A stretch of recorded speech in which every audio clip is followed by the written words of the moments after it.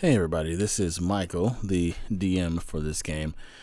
So for whatever reason, the app that we were using on Discord to record this game just started glitching out, and so my audio is kind of cutting in and out, and other people's audios are cutting in and out throughout the duration of this, but it's really bad on mine. So you're gonna hear a lot of things cut off and stuff for this. It's not to the point that you can't really understand me, but it's noticeable enough that I couldn't fix it. So I just wanted to give you a heads up. It's still good enough to follow, but it's just going to be a thing. So enjoy. All right, so it's been a while, but here we are after a while. Back to the world of ass. To the city. Thurnham. So, when we last left our heroes, they have completed a job for Larry out in the town of Silvery Moon. They went to a mysterious barbershop that was said to have a magical item that Larry was particularly interested in. You guys invited yourselves into this barbershop, kidnapped by the inhabitants of this barbershop, and it was revealed that this barbershop was filled with big creatures and little creatures called verts. You guys explored, gathered a bunch of interesting items. Among these items were Dablin's water hair shampoo, a comb that could cut hair and create minions. Not a comb, a scissors that can cut hair and create minions, and a comb that is a weapon. You guys beat down a hag, kidnapped the owner of the barbershop, and then threw him out the back of your truck. Threw him out the back of your carriage, and he died. And I forgot to mention that you guys burned down the barbershop while his daughter was in there. You guys saved the daughter, but killed the daughter's best friend, and left the daughter in front of the barbershop as it was on fire. Kidnapped the dad, hopped into a carriage, drove off. The law enforcement was like, "Hey, these guys are being a nuisance," and y'all blew all them up. Then y'all continued on. All the way back home, completing this job well done. Gathered the supplies you needed. Now you guys are back into the city of Thurnham. It's a merchant town.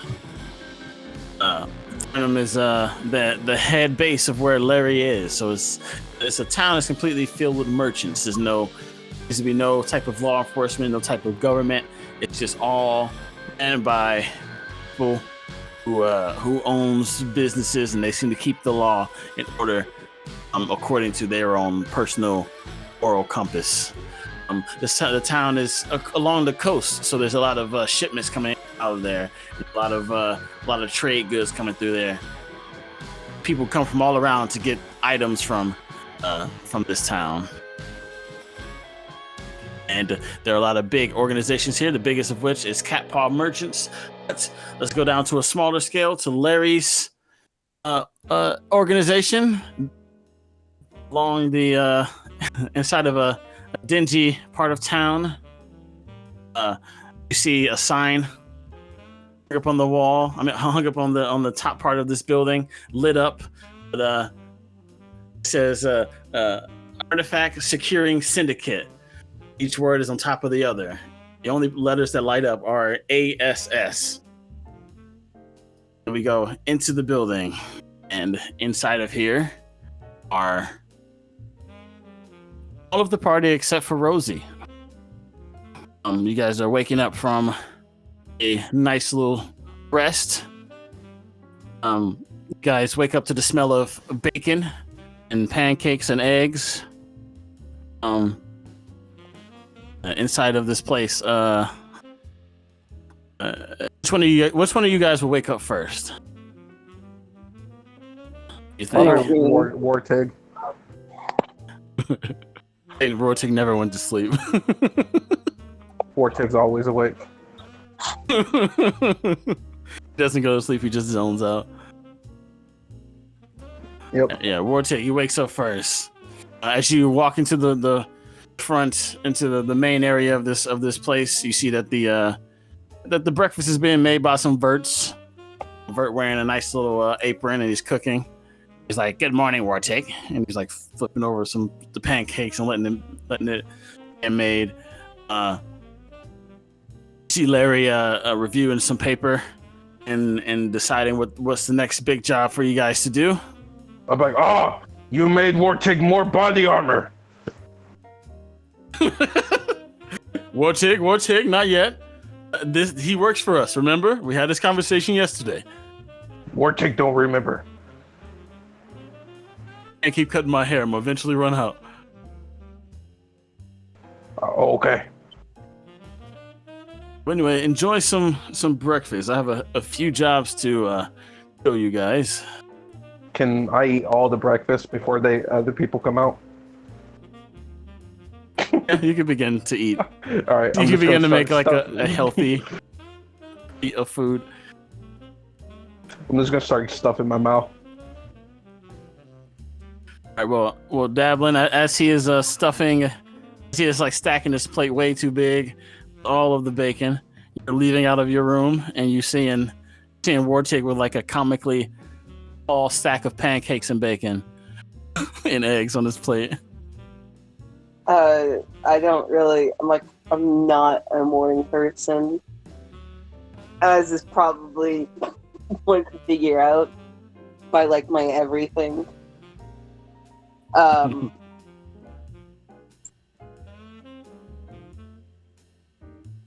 I just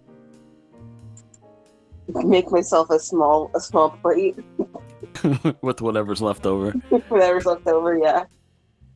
You get like a burnt pancake that Wartik didn't grab, and then like a single piece of bacon. And the Vert's just like shrugging at you, like he woke up first. Mm-hmm. And then you grab that, and then Red, you step out and you see you step out of your room and you see at the table Wartik has a king's platter worth of food. It's just comically high.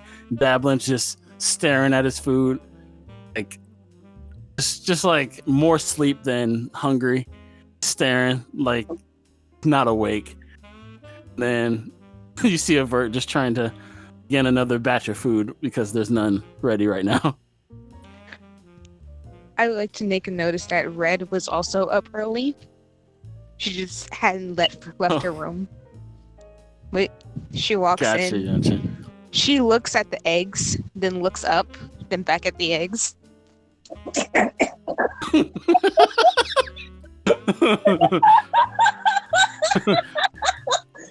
Larry doesn't make the connection. He says, "Go ahead. The Vert will have some food ready shortly. We're waiting on Rosie. Once he gets here, I'll talk to you guys about your next job." Wartik was really hungry. Why are you waiting on Rosie? Rosie is always here. Nah. Rosie decided not to stay with us. He said, and I quote, "I'm rich. I don't need to live here." And he just ran off. He knows what day. He knows when the shift starts, so got like another minutes before we're expecting him here. So by the way, so for all of you guys who've been living with Larry, so it's been about 2 weeks. You guys have been kicking it with Larry. So when you guys moved in, Larry gave you guys a key. It's like a magical key. It's like small and golden. When you put it into one of the mini doors that goes nowhere inside this little establishment, like a bunch of rooms, like a bunch of walls, a bunch of doors that go nowhere. You guys put the key in there and turn it. Do like its arcane energy shift around the entire door frame, and then when you open it up, it's your room, and you guys can decorate it however you want. From what I know, Dablin has a bunch of guitars and posters and bands all over the walls. What does Red's room look like? Red's room is very cozy, actually. There's lots of she basically made herself a nest. So lots of blankets, lots of pillows and such. That does sound pretty cozy. What does Wartrig's room look like? A cave with a bunch of bones and hay on the floor. I feel like that place would smell. Yes, very much so. He does not know what a toilet is. Oh. Okay. And there's a lot of birds on standby for your room. They hate it here. Like they hate it here. Evelyn, give us a better description of your room.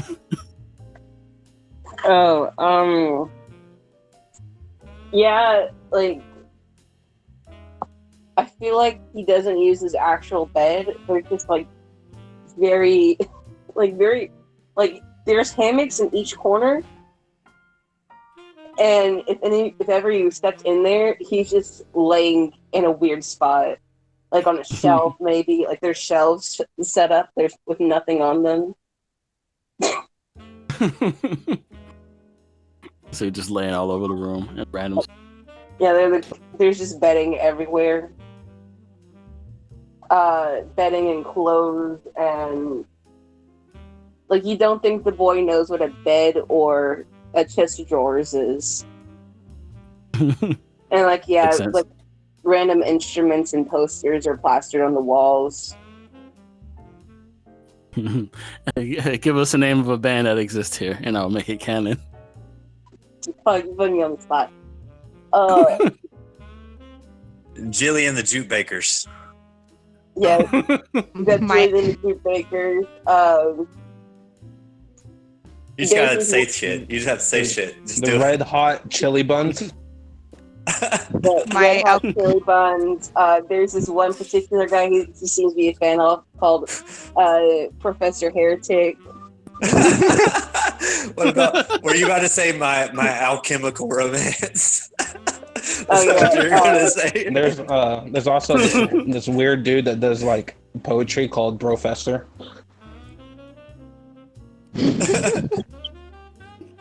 Yeah. Rising backwards. Rising and backwards. Freak out on the dance floor.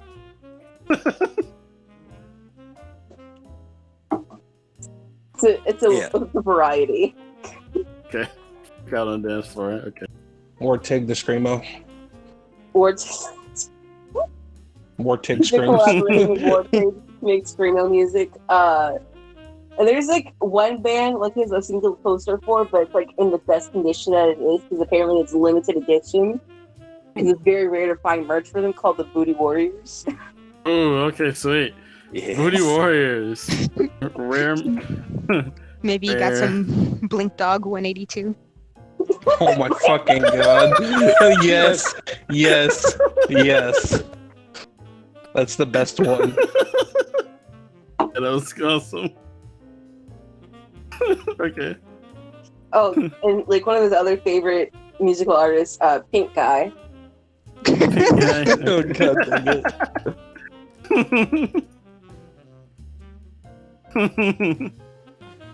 Yeah, I can also imagine like in like a corner there's like a whole bunch of like a collection of vinyl records and a record player to blast music off of.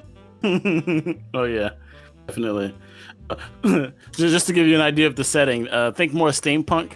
Like there is like electricity and stuff, so you can Oh, you know, they got record players and yeah.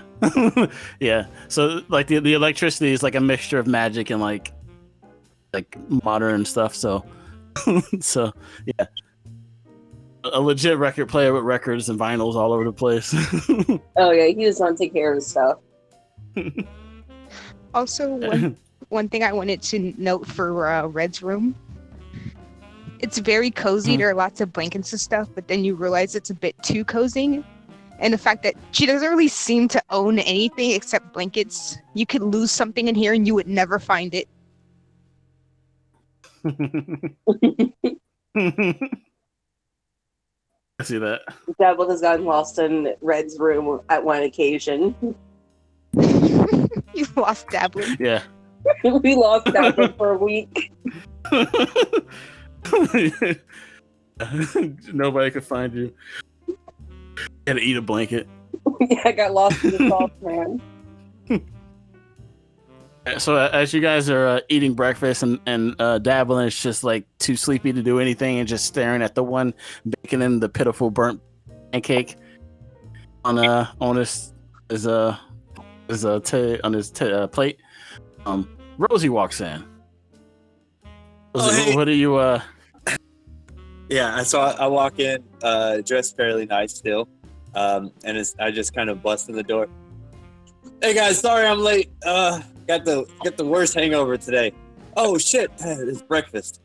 Awesome. And then I walk over to Roderick. Hey man, you should. I put my hand on your shoulder. Hey man, you shouldn't eat all that. That's it's kind of paralyzing. And I'm like, cast hold person. And Vortex is just gonna scream at you.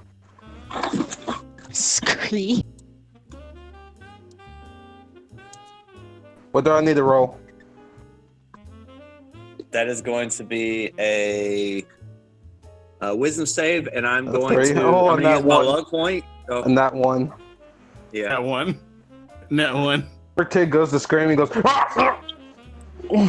I was saying, hey, you should share some of that with me. And then I want like I I'm gonna want start. pancake. I'm gonna grab a plate and I'm gonna start filling it up with your bacon Yeah. and start eating it. And then I'll snap my fingers, and then you're paralyzed and go. Does my paralyze go away? Yeah. All right, I would like to rage. Yeah.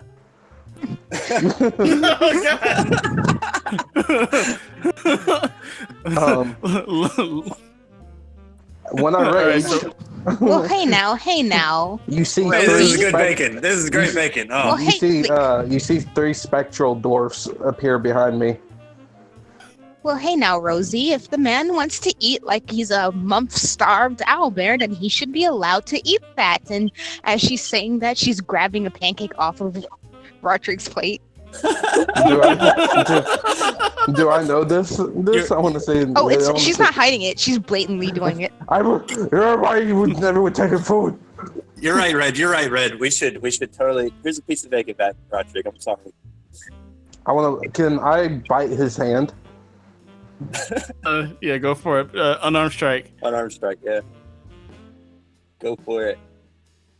Or okay, never mind. 24. Yes. You totally. As I go All to right, cut I the did. bacon, you just eat the bacon out of my hand. I do 6 damage to your hand. All right. Ow, man! You offer the Hey, bacon back. You just I was giving you that back. You didn't have to bite it. Oh no, I still got your hand in my mouth. I've got get your stop it! Stop! I like to Larry, imagine get your it's just like a whole.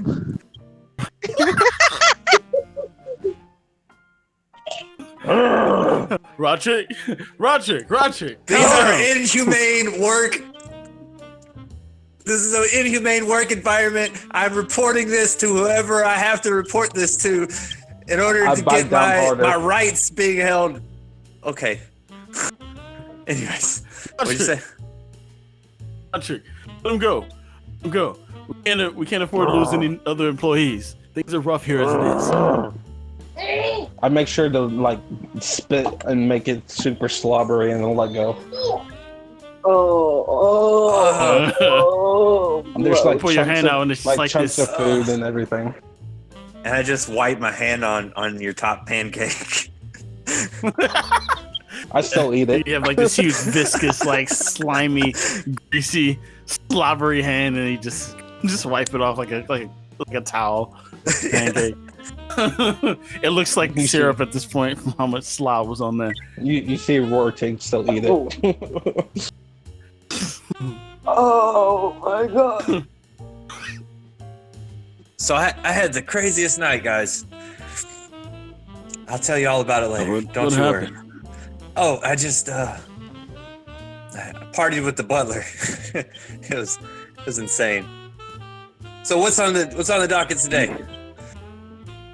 Oh, nice of you. I'm glad that you can join us. We were just grabbing breakfast. Be another batch out shortly. You don't really need to fight with the dwarven one. Oh, okay. I just assumed that was it. He had a plate. It looked like a buffet. I just, I thought it was serve yourself here. You know what? It was quite funny. Vortex stares at legitimate Larry.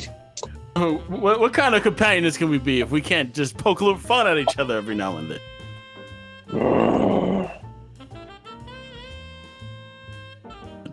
But anyway, we have a couple of jobs come our way.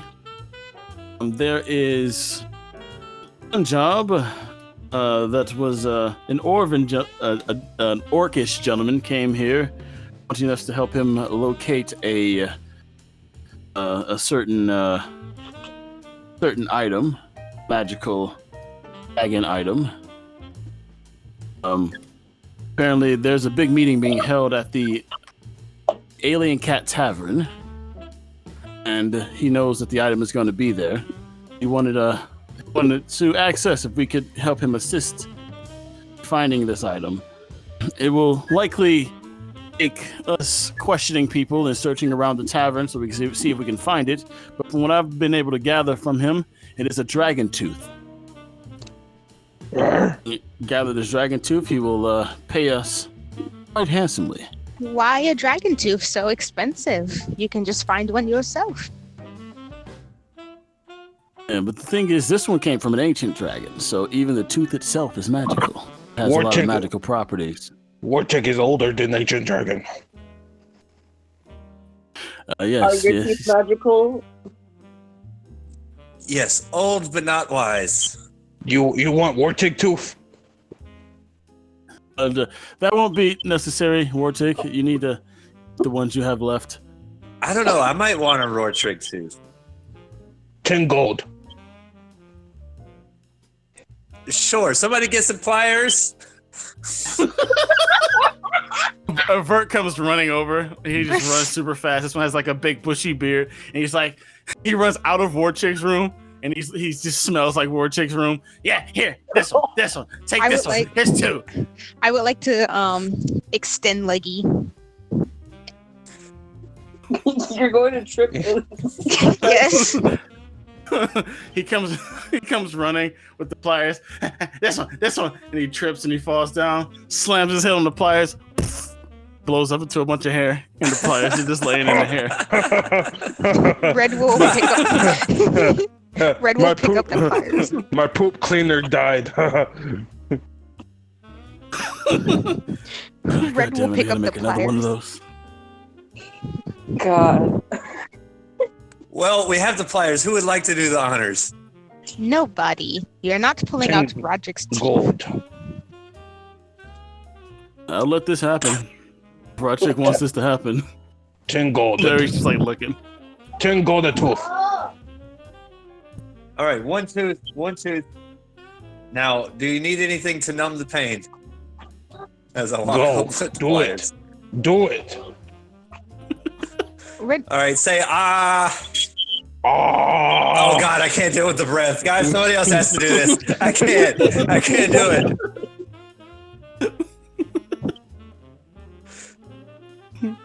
Roderick, what does your breath smell like? Death. Death and ass and mixed with sewage. Nobody wants this tooth. It's hideous with like a hint of skunk. Roderick, do you ever brush your teeth, my friend? Brush teeth? What's that?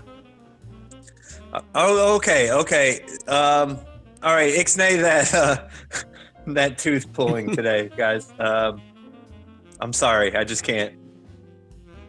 I still want my gold. No. Any other jobs we have to do? The other one I see is the other job I have on the docket for today is there is a woman whose son has gone missing. Apparently they were traveling just outside of town on a cart, and then they were raided by a few goblins, and they were led out to the west, west of the city where the forest is, and he wasn't able to keep track, but he wanted some help finding her son. Wartik speak goblin. Yes, that would be very helpful. She isn't paying as much as the Dragon Tooth job is, though. Fuck her then. Wartig want more gold. That was my only thing. We're about securing artifacts, and this is a very. We need to make sure we make the money, but I would like to help out someone in need if that's something that you guys desire. No. But the Dragon Tooth one will definitely require you guys going undercover and investigating and figuring out where this Dragon Tooth could be. Okay, so the first one requires us to have a little bit of brain cells, and I feel like looking at the rest of this group, some of us are clearly lacking. You should be careful who you talk about. Yeah, If Red. you think it's about you, then it's about you, Rosie. Why is it about me? I have the biggest brains of this entire organization. I don't understand. Let's call them. You sound a little insecure there. You sound a little insecure about how big your brain is. I'm just saying, who's got the money? And he raises his hand. That's got nothing to do with it. I have met many people with money that are as dumb as fucking Brit. True.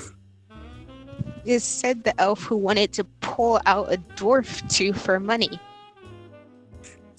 Listen, what I do with my money is none of your business, okay? I spend it the way I want to spend it, and that's not up to anybody else to tell me how to spend my money. Okay, Donald Trump. Second, so that's our first option, having to go undercover and not get discovered. Which is kind of like some of us will get us discovered.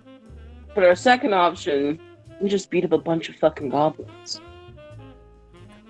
It may not pay as much, but it's the easier one to do at the second. Wartig just want to kill people. Is there a time limit on the first one? The event is today, so miss it today, then I don't know when we'll have another opportunity to interrogate everybody when they're all together. Okay. And I guess, as always, smaller jobs. If you guys want to sell more of the flail snail hair dye, that's always available job. I mean, I want to get more money, but at the same time, I don't want to have to kill everyone in the room because Wartig decided he wants to kill everyone in the room.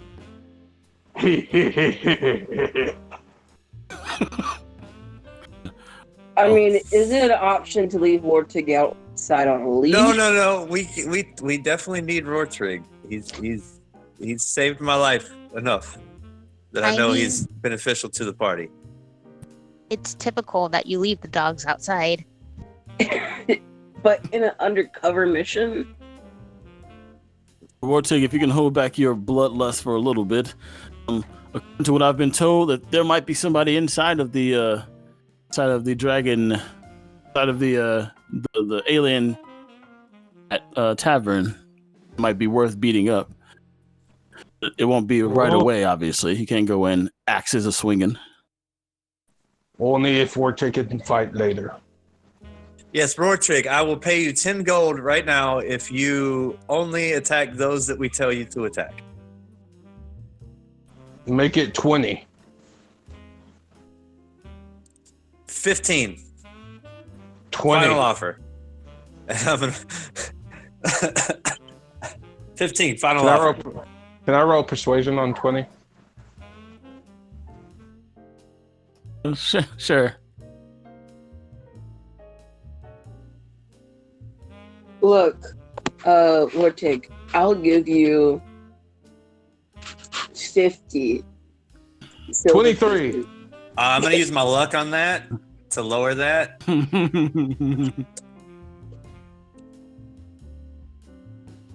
So we're going to go with 12 plus your modifier. So that's 15, 16, 17. 17.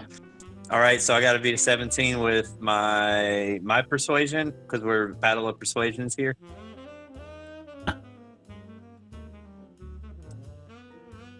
If I could spell persuasion right. I beat it by 1 point. 15, final offer. Oh, okay, 15.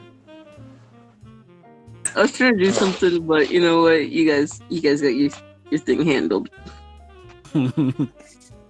All right, here's 15 gold. Just do as we ask and don't kill people unless we tell you to kill people, and we'll all be good. See, guys, it's all handled. Money can handle anything. Mm-hmm. All right, so are we decided on the dragon tooth job? Yes, let's do it. Sounds like a beautiful plan. Wait, what's the other jobs? The other job would be rescuing the daughter that was kidnapped west of here. Oh yeah, the dragon tooth sounds so much better. Let's just do that.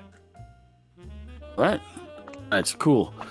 So you just need to go to the Alien Cat Tavern. All of you know where that's at. You'll meet a guy. You'll meet an orcish gentleman. He'll be wearing a blue shirt, and his name is Paunch. Paunch. Yes. I pull out Paunch. a notepad and write it down. Yes. Yeah. He's bald. He's wearing a blue shirt. He said it when you guys get there. He'll be in a blue button-up shirt, a t-shirt, and some brown slacks, and guess some black shoes. I don't really remember. He'll be there. He'll be able to give you additional information on what you're looking for. He's there staking out the area now, so there's a few locations within there that he has pointed. At least that's what he said that he would. And then there's going to be other rooms within the tavern that you guys can investigate to find more information or whatever. But yeah, I'm going to stay here. I'm going to send some more verts out to sell some more of this hair dye. We can make some more money for this place. Sounds like a plan. And before everybody goes, Larry, he digs into his pocket and he lays out rings. He lays out 4 rings. He's like, been working on these. This is the Ring of Whispers. As long as each one of us is wearing one of these, he shows off his, we'll be able to talk to each other. We can either, if you need everybody to hear you, lift your pinky and you speak. Don't need anybody to hear you. Keep your hand bald. Wartig lifts up his pinky and puts it by his butt and farts. Do you have any of these in diamond? Unfortunately, no. Only in gold. Does everyone hear my fart? Yeah, you fart. Yeah. I feel like we didn't need the rings to hear you fart. So it's like an echo. You hear it in your head and out loud. You know, I would rather hear it through this ring than smell it, but it's okay. I mean, you still smell it. We're all in the same room.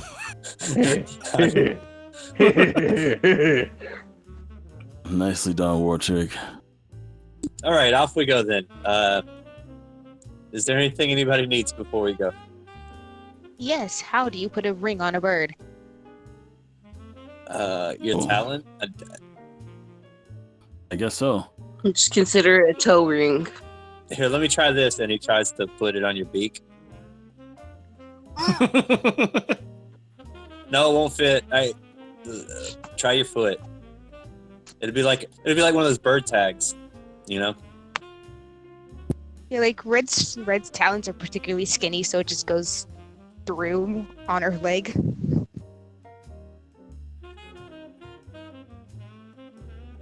Yeah, that'll do. That'll do. All right, cool. So now we can all stay in communication. We go kill now. Testing 1 2. Can anybody hear me? Yes.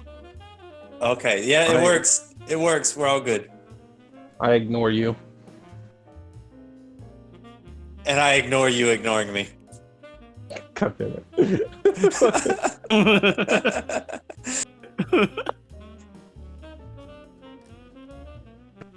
All right, let's go. So you guys make your way through the town of Thurnham. Walking is a big bustling city. People on many corners trying to sell things. And they're like, trying to sell hot dogs and selling, random knickknacks. The guy's like, wear this necklace and it'll make you 20% more attractive to the woman you need to be with. Oh, I need one. Can I have one?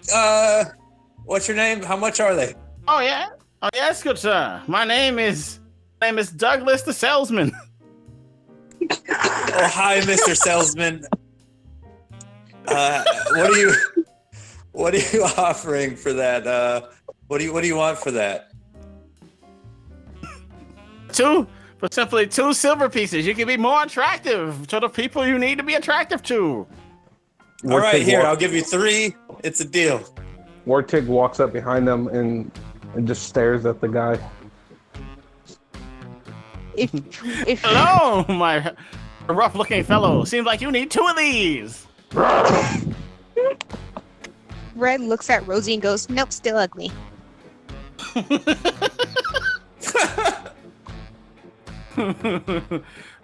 You have a bead necklace. All right, all right. Necklace. How do I look, guys? Does this look great? Ugly. You look stupid. Damn. Can I get my money back? This isn't You look working. quite handsome to me. You look quite handsome to me, my good sir.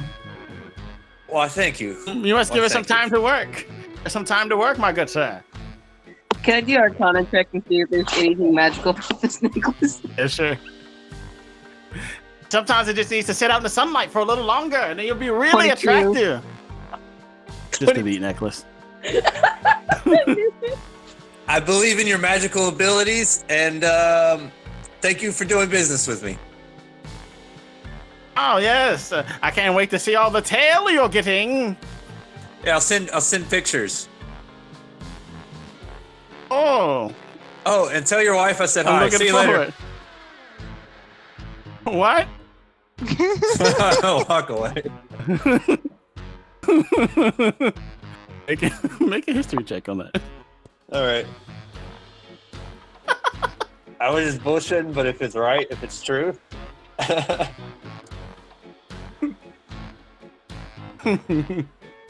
12. And you're not sure, but you think his wife was at that party that you threw yesterday. Oh yeah. Okay. Yep. Totally.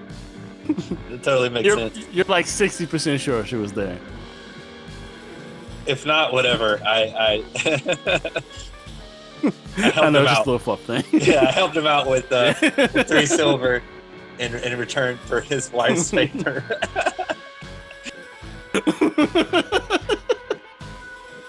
So you guys continue to walk through town. There's a lot of that, a lot of people trying to sell things and walk up to you guys and trying to sell stuff to you. You're just kind of walking through. You guys eventually make it to the Alien Cat Tavern. The logo on the sign is like a cat with like slick down skin, slick down fur, and like green eyes with like very alien. Then it's just got like little space things in the background for the design. The place is like huge, just like huge and bustling. Looks like really pristine and like it's probably one of the biggest, nicest places to get a drink and kick it with your friends in town. You go. I roll a history check and see if I know anything about this tavern outside of like it's just a big tavern. Sure. Yeah. As walk inside, you see the place is packed. 17. Yes. You know that this place is a place that owned by the Cat Paw merchants, and this place is a place that Solidus himself frequents. This is one of his favorite places to come to whenever he comes to town, have meetings or to brag about acquiring a whole nother company and taking it down.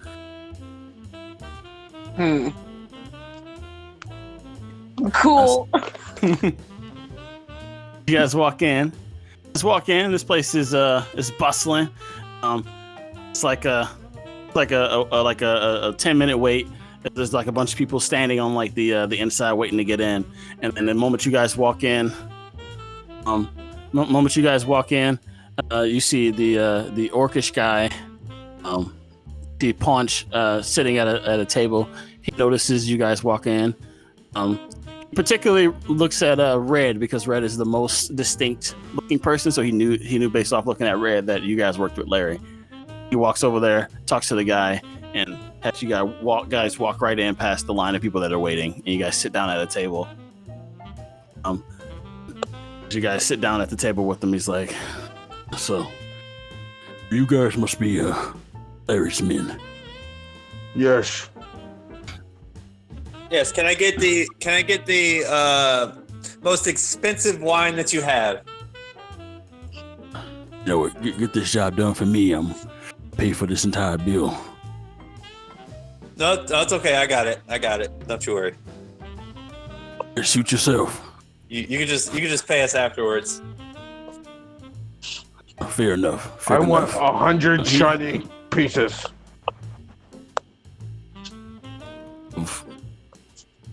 Of gold? Shiny pieces. Shiny pieces? Here's a shiny piece where I'm actually gonna take a bead off of my necklace and throw it out. Oh, shiny. Shiny. It is real shiny.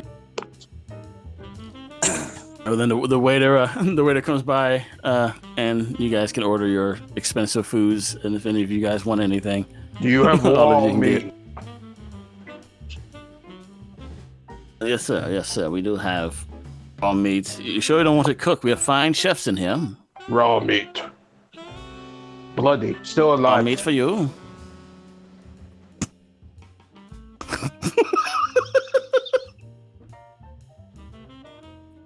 Okay, we'll see what we can do for you, sir. For the rest of you, little boy.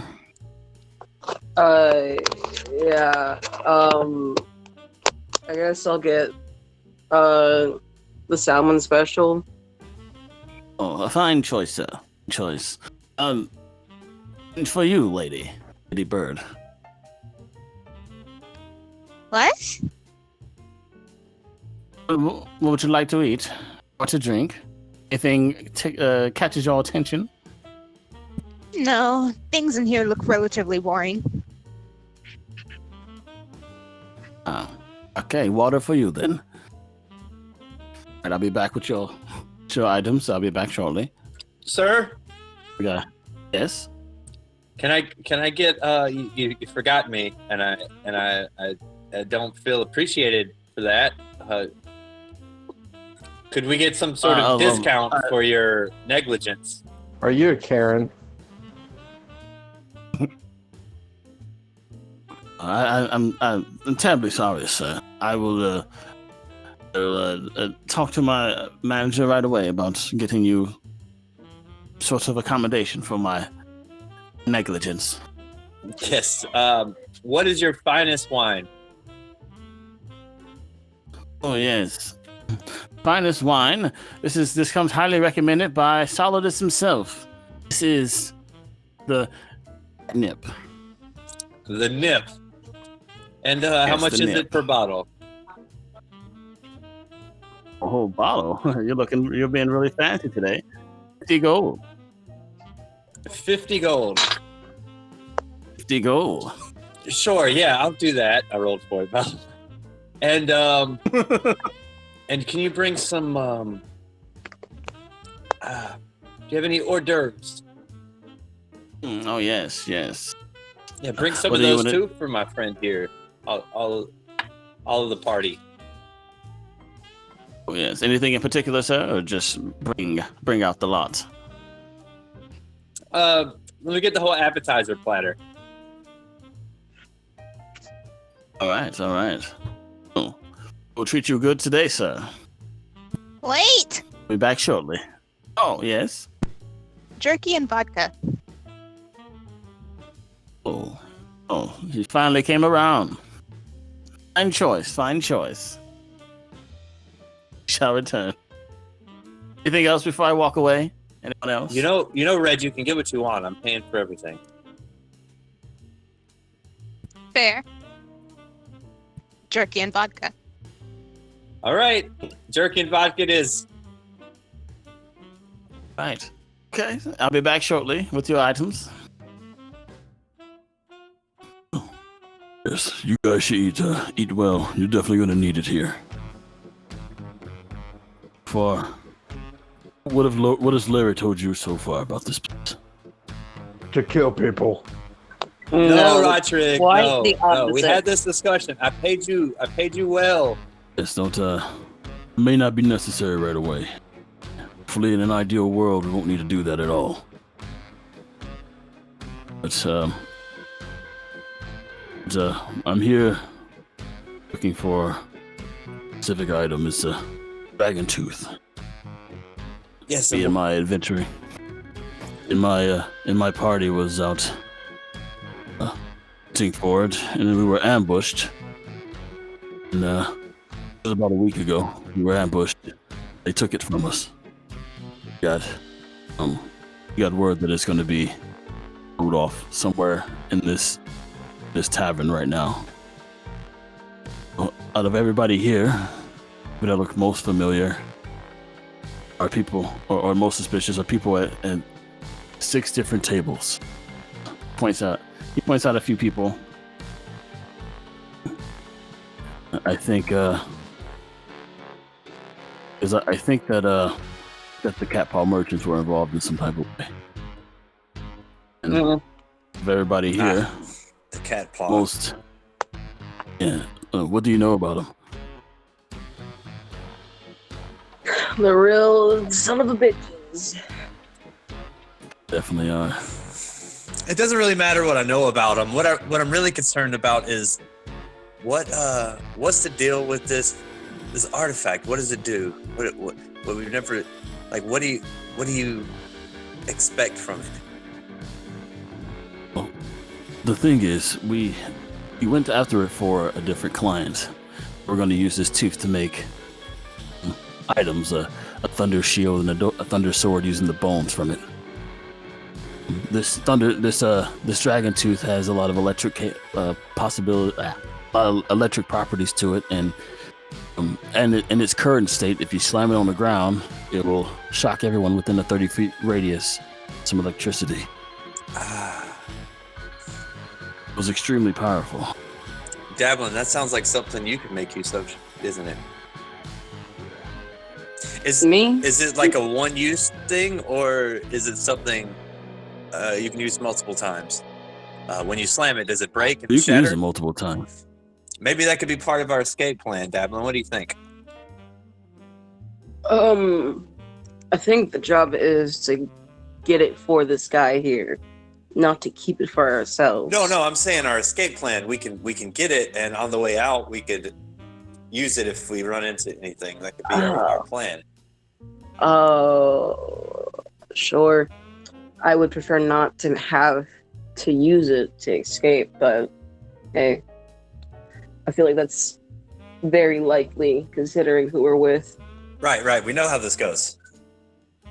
Okay. Hold on. Dablin's gonna try to look around as least suspicious as possible. Any of the 6 people that the guy pointed out that I recognize? All right, so I'm going to describe everybody at the table. Before I do that, Red, you're about to say something, right? Oh, I was about to do something, but you can go ahead and describe. Okay, and then I'll hop over to you to see what you were gonna do, and then I'll tell Dablin what he knows. Yeah. Okay, so at table 1, you see Elf dining alone. He seems to be pretty out of place in this establishment. Most people here are like pretty dressed up and like swanky, but this guy looks like he's like super dirty and uncomfortable. He looks like he just came right in off the woods and walked in here. At table 2, you see two older human women dining at a table together. They seem to be spending more time looking around the room than chatting with each other. Table number 3, you see an older man, a dwarven woman dining together, looking very affectionately towards each other. They're very like close and like, you know, laughing and touching each other's hands. They're dressed in super fine clothing. At table 4, you see an elven man dining alone, playing with his food and with a really grumpy expression on his face. And he doesn't really seem to be eating his meal. At table 5, you see a pale scaled dragonborn woman dining alone. She seems to be nervous as she eats. And she gets startled every time somebody walks past her. Table 6, you see 3 halflings dressed in like motley colors. They're just like talking loudly and they're talking loudly in halfling. They're literally swearing. You can tell by the dialect they're just swearing and laughing and having a good time with each other. Red, what were you about to do? Detect magic. Oh, okay, cool. Of the people that you see here dabbling, none of them are particularly familiar to you. Detect magic, so you see table 1, the elf that is out of place in this place. You see some evocation magic light up in her bag. At table 2, you see that that one of the women at that table have a necklace that radiates enchantment magic. Table 3, you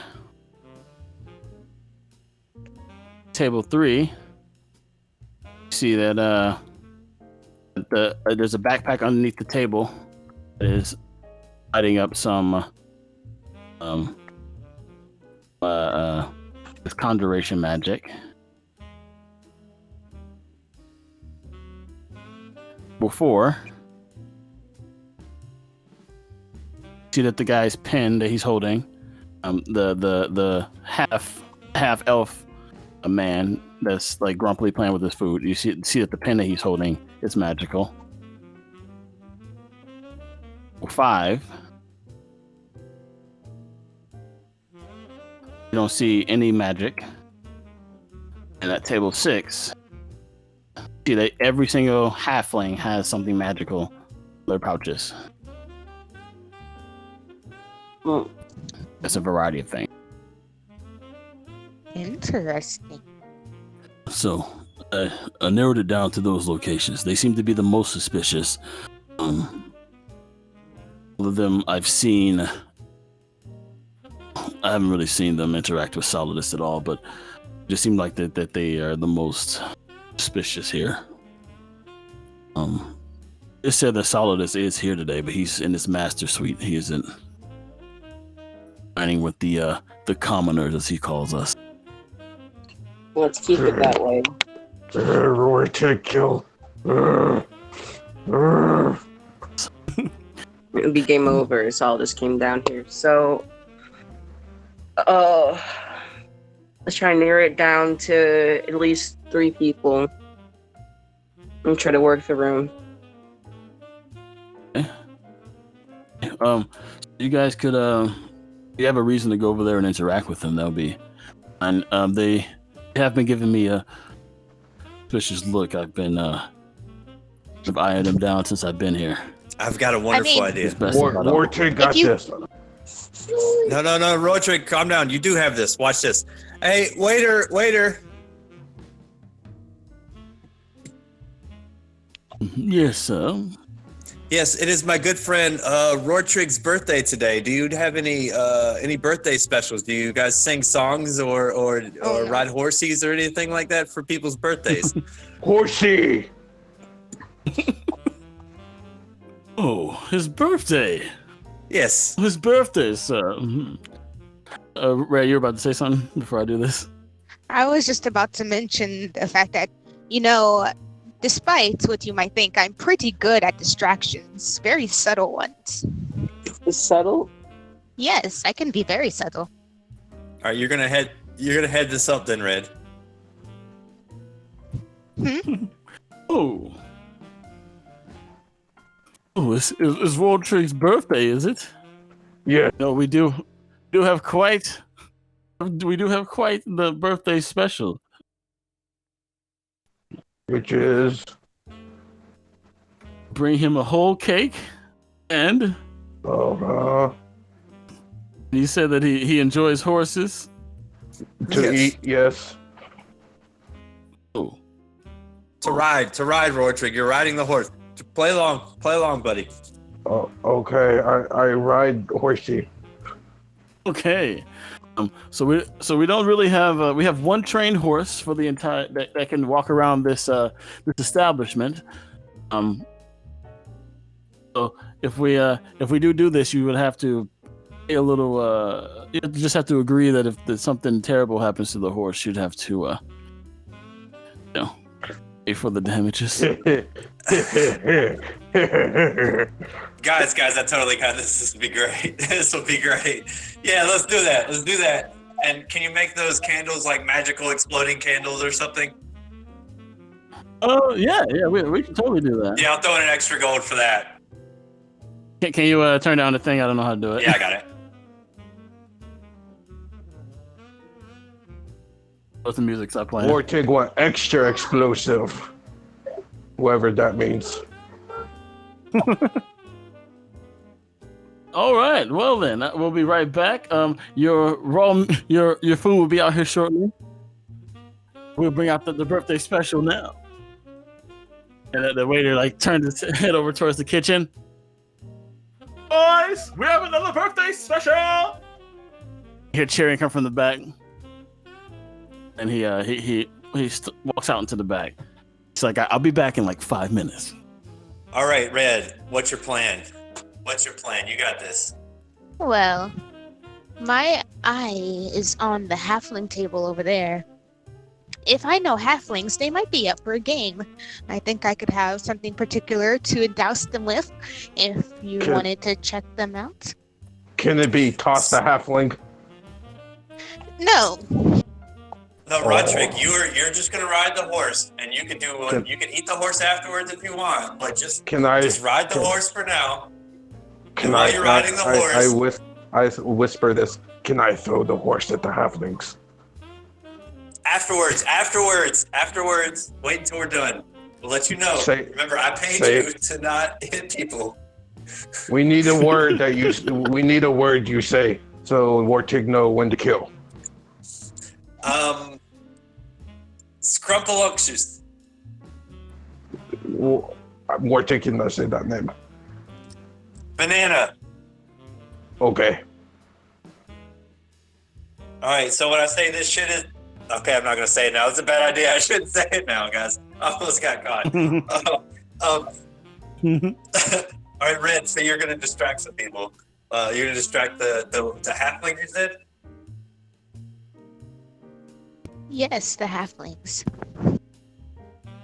While you're doing that, we'll start the birthday song. You'll ride around on the horse. Devlin, what do you think? I could probably. Red, where do you think also, how big is this tooth? It's like looks around the room, and then he makes doesn't quite see anything big enough, and he like holds his hands out like he's holding a baby. Okay, so infant size. We're looking for backpacks here. Yeah, which is why I say the halflings, because they all have bags, and I'm sensing some magic from their bags. I'm gonna look around. Do I see anything with I'm looking for something that may be bigger than that.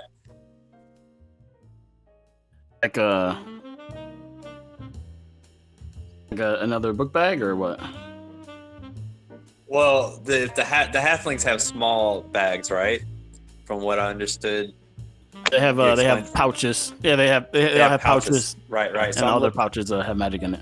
and I'm looking for something that might be a bit larger. I know you described things to Red, but Red didn't tell me, so I'm looking for something bigger.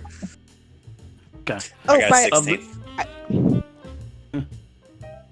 I would like to, if it's possible, share with the party, just so you can have that information. Sure. Unless you Y'all need me to say it again or no? Yeah, say it again for me so I can write it down. I wrote it down. Red, do you? Okay. Red, did you also write it down? Do you want to RP it or? Well, I guess I could look around and still see it all, right? Well, besides the magic part, I could see the stuff, Yeah. right? So I Yeah. Would a perception 16 allow me to see that backpack underneath the table? Yeah. Okay. I guess we could just assume that Red said anything. Red said you can't speak right now. Red could have told all you guys the stuff. Dablin. You me to tell you the things, or Rosie, do you just want to tell everybody? I didn't catch the first one 100%. I just wrote table 1 magic, but I didn't catch exactly what it was. What was table 1? Table 1 also has a book bag. That one is evocation magic. 2 has a magic necklace around the woman. Was it enchantment and then conjuration for table 3, right? The backpack. Enchantment. Yeah. Number 3 was a conjuration. Number 4 was a magical pen. Table 5 was no magic. And table 6 was a bunch of pouches magic with the halflings.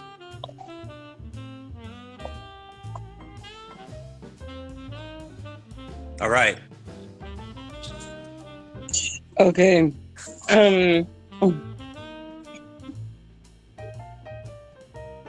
Here's what I'm thinking. I say split between evocation, table 1, table 5, and table 6. Table 5 had no magic, according to Red. So I don't know if that's really. But that's more suspicious than anything, don't you think? And plus, detecting magic can easily be what's the word for it? Shrouded. Yeah, they could probably shield it, maybe. Yeah. All you need is a lead box.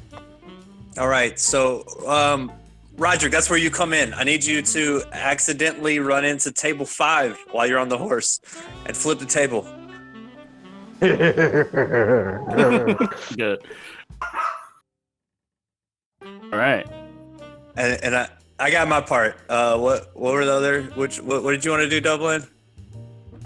If you're gonna who are you handling? You're gonna handle table 5 with Roderick over here. No, Roderick's gonna run into 5. I'm gonna sing and dance and get everybody rolling. It'll be great. It'll be a good old time. I make the throwing motion. Okay. Yes, run into them. Okay. I guess I'll just start picking through other people. I'll start once if you get table 1 to leave their table, I'll try to go through their shit.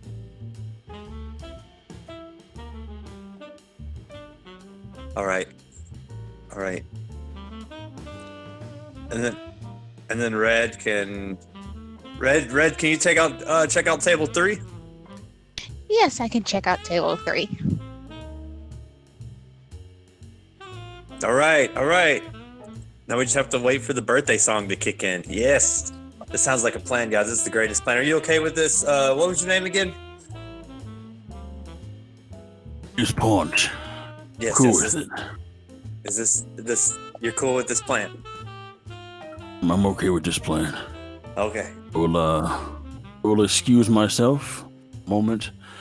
So that way, if things go awry, I can help out without being directly associated with you. Yeah, that's fair. Yeah, that's fair. So yeah, I'll handle your tab. Don't you worry.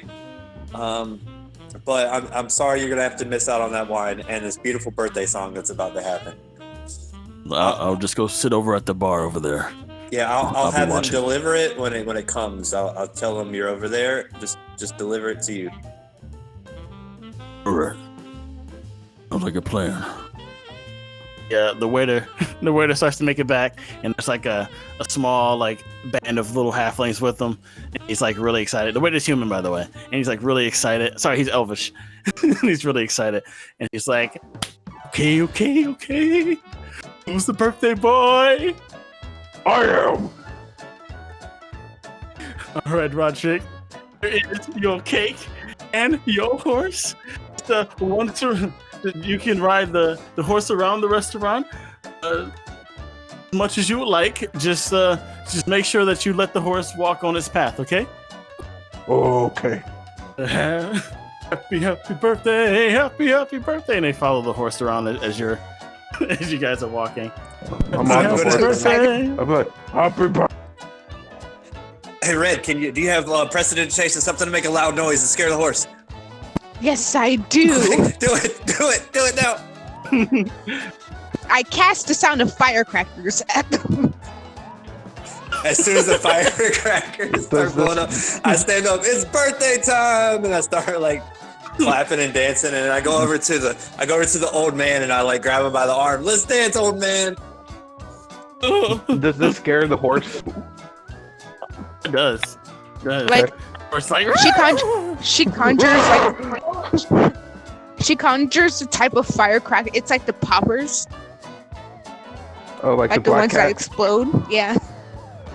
Horse goes like, help me! all right. So let me run through everything one by one so we can get a clear image of what's happening. All right. So Rosie, you said you grabbed an old man and started dancing. Was it at one of the tables? The suspected tables? Or was it the waiter? Oh, the horse freaking You out. say you grabbed an old man. And I started dancing. grabbed the old man from table. Was it 5?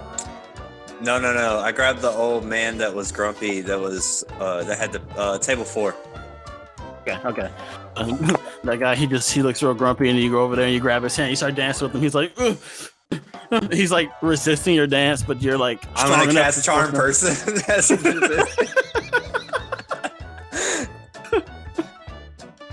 all right. Okay.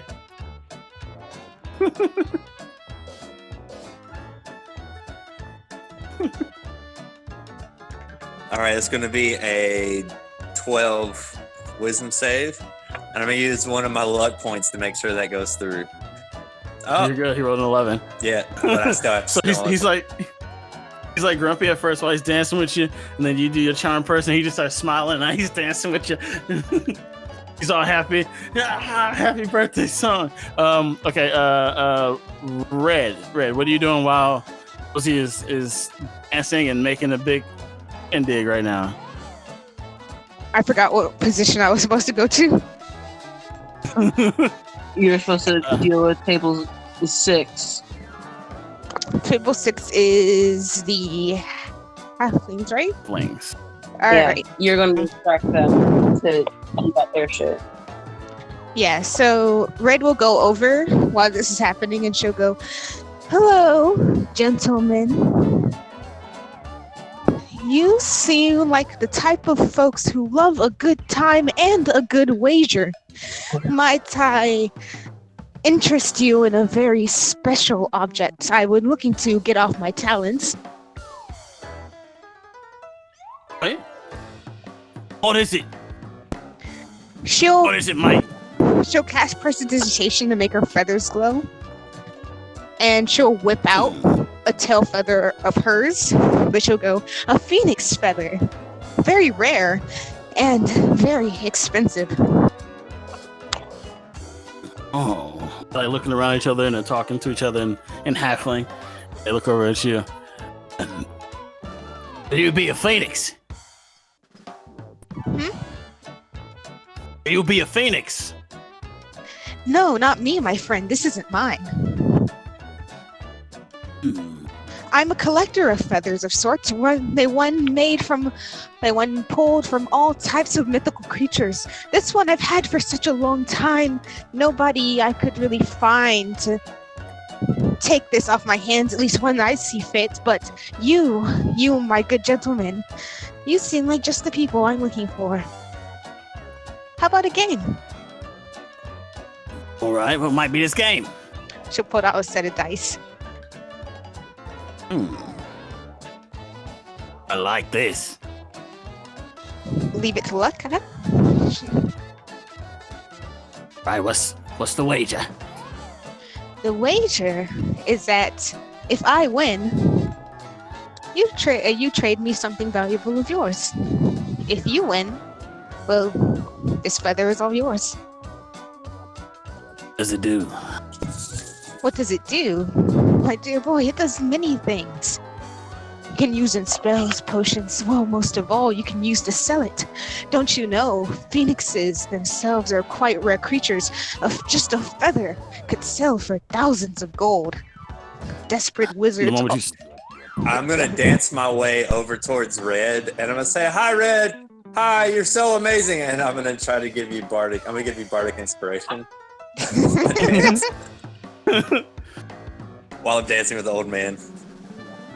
They say, just this old man dancing with you like a puppet. Once you say like it's worth it could be worth thousands of gold. Their eyes all light up and they all look at each other. They're like, they're really good for us. Roll a persuasion. All right. And I gave you bardic inspiration, so 1d6 if you choose. So.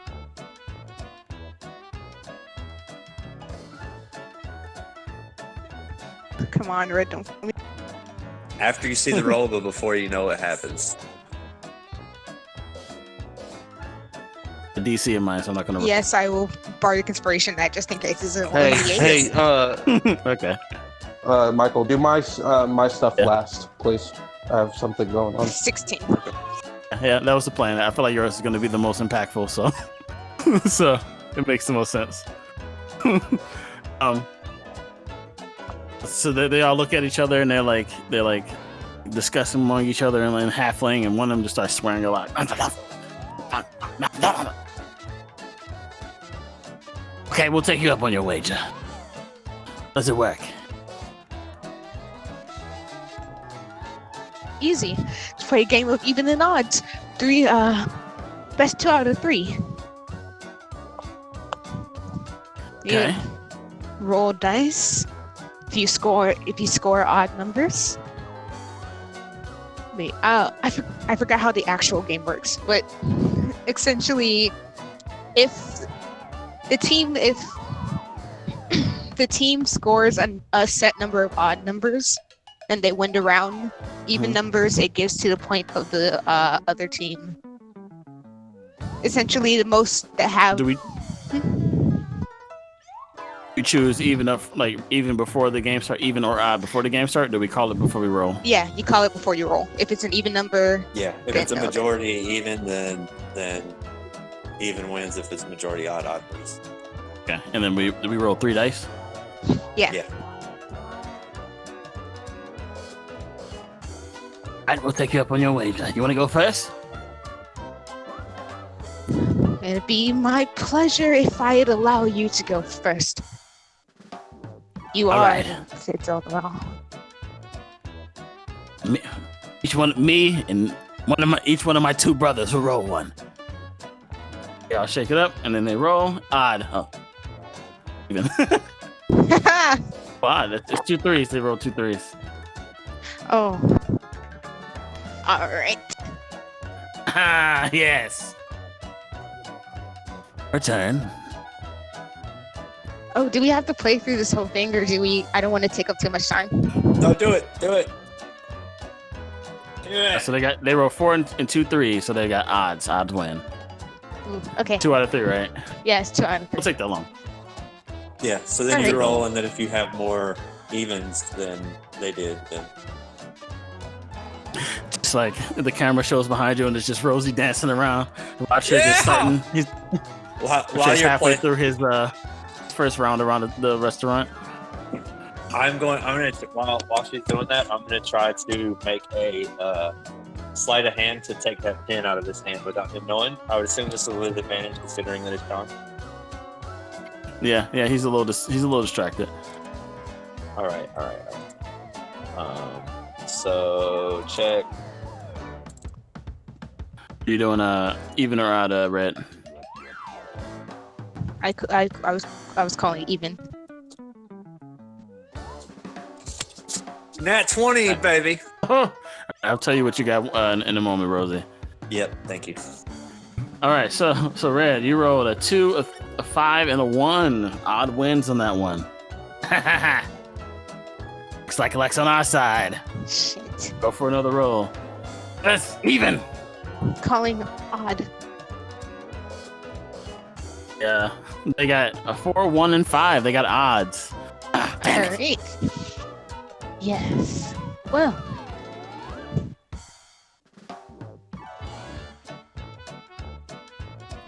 It was 2 out of 3, right? 2 out of 3. I think they won. They win. Well. They got first one they called even and they got it, and then the second one. The first one they called odd and they got it. Second one they called even and then they lost. All right. Oh. If they get another even, if they guess right again, then they win. All right. Actually, give me a second. I would think I might like. Actually, that's really risky.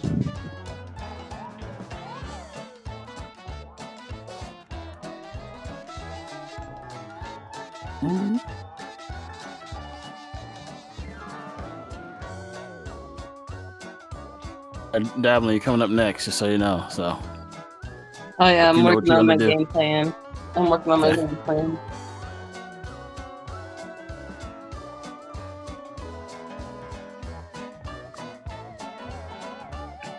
I can hear the gears turning in Brad's head right now. Because the odds are in the halfling's favor right now.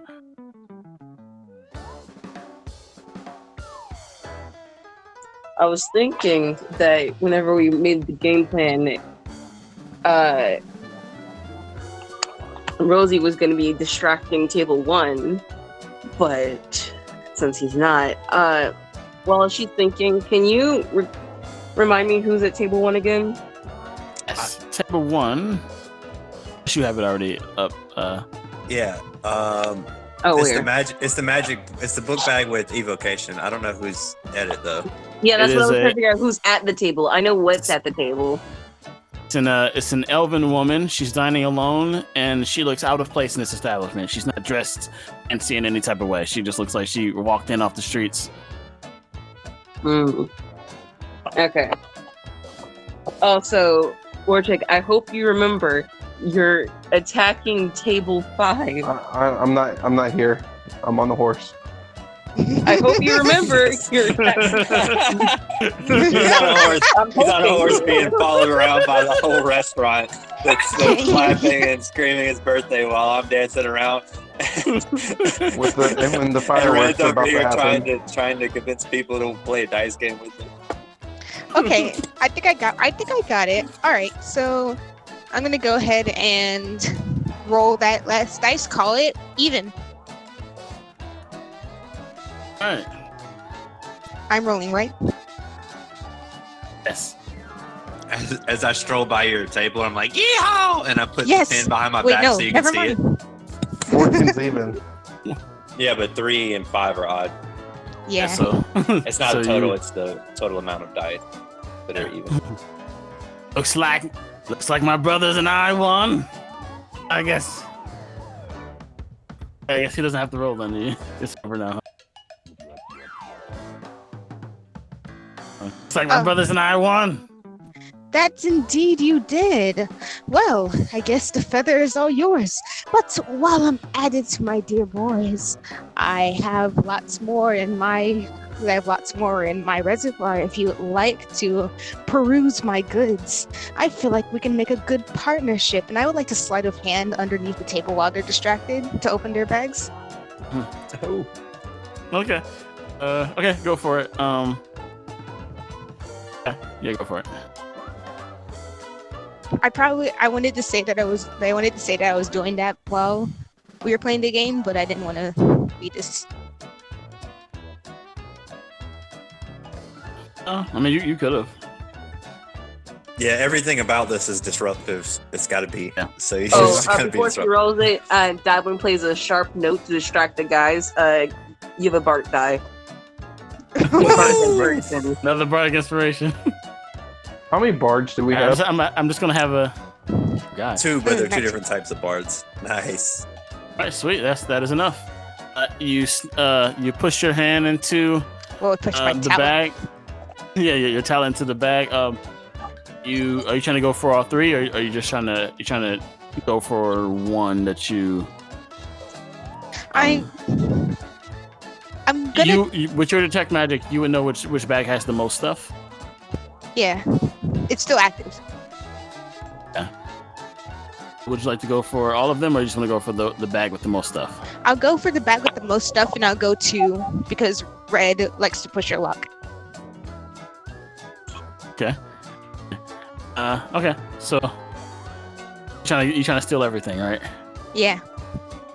All right. Make another sleight of hand roll. You got the bag with the most stuff. You steal stuff from the bag with the most stuff. I'll tell you what you got in a minute.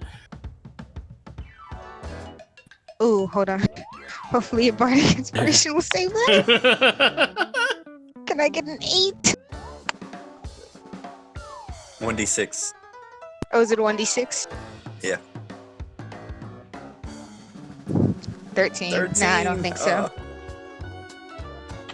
Ooh. All right. Okay. All right, so from the first bag, you grab a healing potion. You grab a ring of evasion, and you grab a. Let's see what else is here.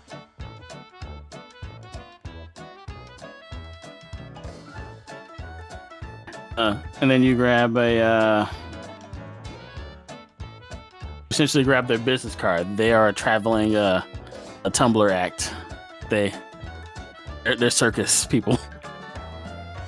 Oh. Oh, don't fuck with carnies, bro. You don't fuck with carnies. You fucked with the carnies. Oh god, we're gonna have a bunch of halfling clowns after us. Oh. They're gonna do acrobatics all over our faces. So as they're perusing your wares, you steal that without incident, and you go, maybe I can go for another one. You go for it again with another one, but one of them is leaning a little bit too far, and more, at least closer than you thought that they would be, and you stab right into his stomach, and he's what are you doing? Oh, my apologies, dearest. No, hold on. Brother, she's trying to steal from us. What? Don't accuse me of such a thing. You know, it's really hard. You know, these tables are very low, and I'm a very tall bird, so I have to stretch out leg room. Look, she'll lift up her leg, not the one that she has her stuff in, but she'll extend leggy. You'll see, my mother was a stork.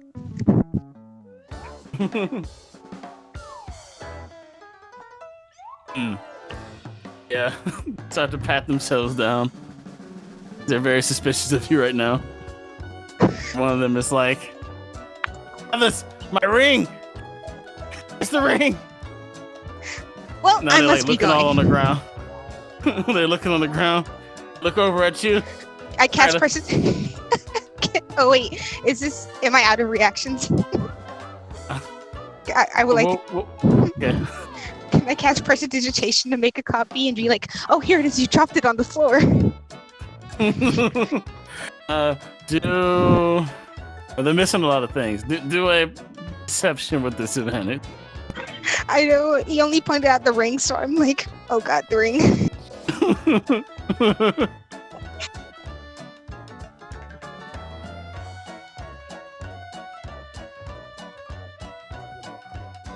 Oh shit. Okay. Let's see what your disadvantage roll will be. The pain. The actual pain. Oh God! the actual No! 22. All right, let's natural one. Before that pipe breaks out, let's see what Dabblin's doing. Yes, Heretic, we're losing you, but yes, you do. You go. Hey, here's the ring. you pull it out and you like make the ring the wrong color, and then also you remember if you press a digitation something else, a feather that you gave them completely vanishes. Oh no, I can. Yeah. Yeah, that's Right. true. And All right, but Dablin. Yeah. let's cut over to Dablin as this shit show Dablin happens. just sitting here watching all this drama go down, like, fuck, this is going bad. I don't know these people. As Red passes by you and then puts the pin behind his back so you can see that I have the pin. And I'm gonna be like, Dablin, let's have a good old time tonight. And I'm gonna give you a bardic inspiration. Okay. Oh, fun. My last bardic inspiration. Oh, that's fine. We're gonna need that. Okay. Yeah. Yeah, we're gonna need that. Dablin, like lets out, like tries not to look completely done with his crew. As he saunters up to the first table where the elven woman is. He sort of just like sets himself down, like. So, I see, there's music on. You seem a little out of place here. Yes, I was told by my father that I need to experience the world.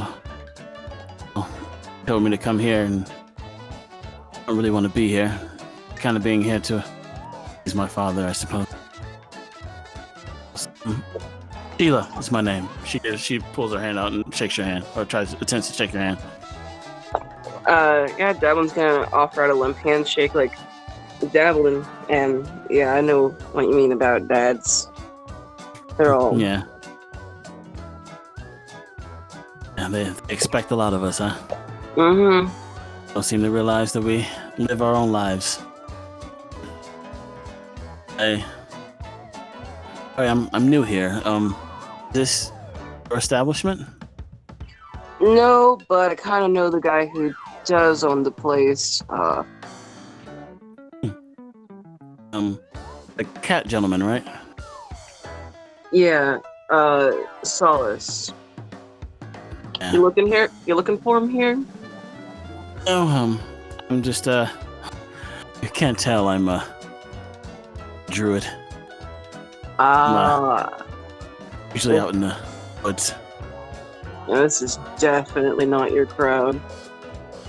At all. I didn't expect, it took everything in me not to attack this place for keeping a horse tied up in the back.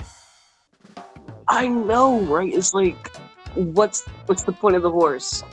What's the point of the horse? Just bring a cake or something. Yeah, I guess everything has to be a spectacle. Oh yeah, that's Solace for you. Everything is over the top. If he's got money, he's gonna use money, Sounds like you know him. I kinda do. Yeah. Word advice, never do any dealings with him. Especially if he brings his wife with him. Because you will get screwed. Interesting. A good piece of advice.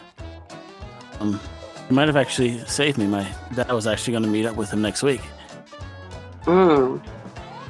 He wanted to, he said he wanted to, build a little sanctuary for the animals out there. And Dad was a little skeptical at first, but after meeting up with him and his wife, seemed a little bit more,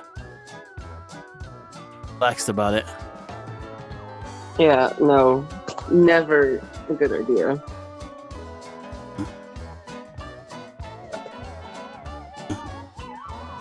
Do you want some?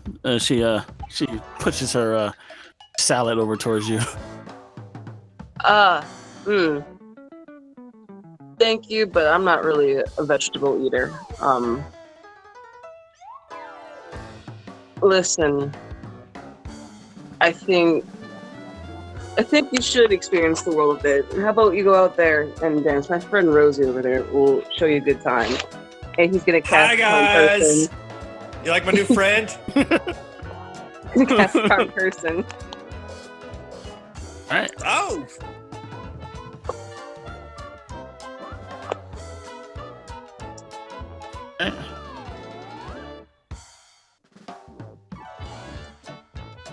Yes! Oh wow, so close. Nice.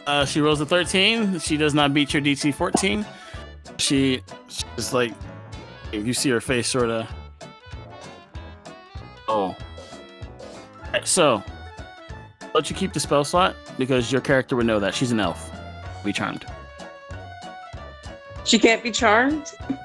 She's an elf. Fuck. I would know that. I forgot that. So I Your didn't character go would know for that, that so- one, but I couldn't tell you because I had to let you do it. I don't know. Like, I'm pretty sure Devlin would know what that was, but I forgot about that. Yeah, but I will say this: you have a good enough rapport with her right now that you could just ask her, Joy, Okay. self, and it will likely be received well. And listen, I feel like as much as I hate dads, you should experience the world. My friend Rosie over there, semi-respectable. Go out and dance with him. Have a good time. Rosie, Right? Devlin! let the old man go for God's sake. Let. Alright, babes, I gotta go. Oh, but we were having so much fun. He's like dancing. I'm off. glad I turned your day around. Tomorrow will be an amazing day for you. Just wake up and think about it and have a better life and stop being so damn angry all the time. I have to take this dance. I'll see you later. Oh, you're right. Dancing all sexily. Oh yes. Yes. Enjoy your food. And then I go dance with this lady. Hi, I'm Rosie. Do you like my necklace? She timidly puts her. Yes, it's quite nice. I recognize those rocks. Name's Sheila. Holds her hand out to you. Madame, let us dance. And I kiss her hand. Rosie takes her to dance. Yeah, no, we did. She blushes at this and looks back at Dablin as you wisp her away. And I wink at Devlin. Dablin, you're alone at the table. She left her bag behind. Oh yeah, I'm gonna try as chill as possible. Go through her shit. You find a bunch of herbs and stuff, but the magical thing that you think Red was spotting was healing potion. All right, she's good. She's clean. I'm gonna calmly exit the. Keep it. Put You're gonna everything leave back. the potion too? Oh God. I'm gonna leave the potion because I feel bad for this girl. Yeah, she's gonna need that to heal her heart later when I break up with her. Yeah, Oh my god. I'm gonna leave it. I'm gonna leave the potion, everything where I saw it. Try to make everything look as in place as it should be, and I calmly exit. And I step aside because I know Roderick's something's about to happen. All right, so let's cut over to Rodrick. Rodrick, you have completed one complete. Gone completely around the restaurant and the track that the path that the horse is trained to walk through. The horse is like a lot more restless right now because of the fireworks sound, and you have done nothing to calm it down. Now you're going back. Now you're about to walk around all the tables again. As you're passing the tables, you can choose to do whatever you want to do as the horse is getting crazy. Okay, can I roll an intelligence check to remember if I remember what table to put it at? Yeah. That's your call. You can do it. But you know, people around you sort of cheering like, "Yeah, happy birthday, happy birthday, happy birthday." Would you say I remember? 8. Nah, because it's under a 10, I would say no. Okay. Oh, Warchick forgot what he was my table. Just roll like a 1d6 to choose a random table. Yeah. Oh god. Oh god. I really hope Please. you roll a 6. I really want you to roll a 6. I hope so too. That's like the best thing. What is that table 3? The backpack underneath the table was the conjuration. Okay. Yeah, that's the one you were supposed to go after. Yes. Okay, it worked out. You're like on your horse, and the horse is being crazy, and the people are like too distracted and having a good time by Rosie singing and the singing at the restaurant. And you see these two people who are having a good time with each other. They're like enjoying the shenanigans of the restaurant, but they still are like kind of enjoying each other's company and smiling and laughing and giggling. Can I pick up the horse and throw the horse at the table? You can. You see this older human man and this dwarven woman dining together, having a good time. And as you get close to table 3, you hop off your horse, you pick it up, you throw it at table 3. I'm like, oh, it's a party! And immediately as I see this happen, I'm like, oh shit. Oh shit. It's going down. And if you don't mind, can I hold an action? Yeah, go ahead. to cast sleep. If there's an initiative roll, I'd like to hold an action to cast sleep. Okay, I'll allow that. So, Roger, you hop off your horse and you throw. Describe how you throw the horse. I pick it up and I grab it by like the underbelly and I just pick it up and I go, it's a party, and I fucking just yeet it. As you pick up the horse, you hear audible gasp. Everybody in the restaurant, the waiter whose idea was to bring this horse out here is like nervous and he's like pulling at his shirt like, ugh. You're like throwing this horse up this table 3. The horse slams on the table, completely breaks, and slams on the bag beneath the table. Suddenly, I need all of you to make a dex save. As this electricity explodes the bottom Maybe we of the table. should not have thrown the horse at the table that was most likely to have floating too. Including me, you said? I'm gonna use my luck on that. I'm gonna use my last luck point. Oh, on that. Okay. God. I'm going to use the ring. That health potion. I'm going to use the ring of evasion I stole to succeed that stealth. Hey, so I have advantage Jeez. on Dex against the effects Oh wait, that I have can bardic see. inspiration. What's the bardic die? What's the bardic die? 1d6. Yeah, works for this road trick. You have advantage. Do you have advantage when you're raid? No, you just have awareness. So yeah. You have You advantage. have will. 9. Okay. Doing a little jig in my living room. I forget what I'm doing, and I just start dancing. It's a party. What's the DC? What is Right. the DC? Anyone who rolled under a 13 takes 3d6 lightning damage. Oh shit. Oh no. Roll it. Oh. 15! Damn, 2 of them went max. Oh my Anyone who saved god. takes half that. Anyone who saved takes half that. As soon as that hits, does that knock me prone at all? Oh no, you just feel it. Just get like. As soon as I stop it, I'm like fellas, I'm not saying this because my luck ran out, but I think our luck has ran out. Yeah. Like I would like to rage. I think damage. you like look But- at that but I boy will and use like all my- the greasy hair is like somehow spiked it all in from underneath his beanie. And he's just like, But I will use my held action to be like, nothing to see here, fellas, and I'm just gonna cast sleep and throw the dust in the air. That doesn't make sense. Yeah, I was about to say. You should have done a long rest. That don't make any sense. That would have killed you almost. It's like half your health. God damn. Right, I'm gonna describe the scene inside the restaurant as this electricity is.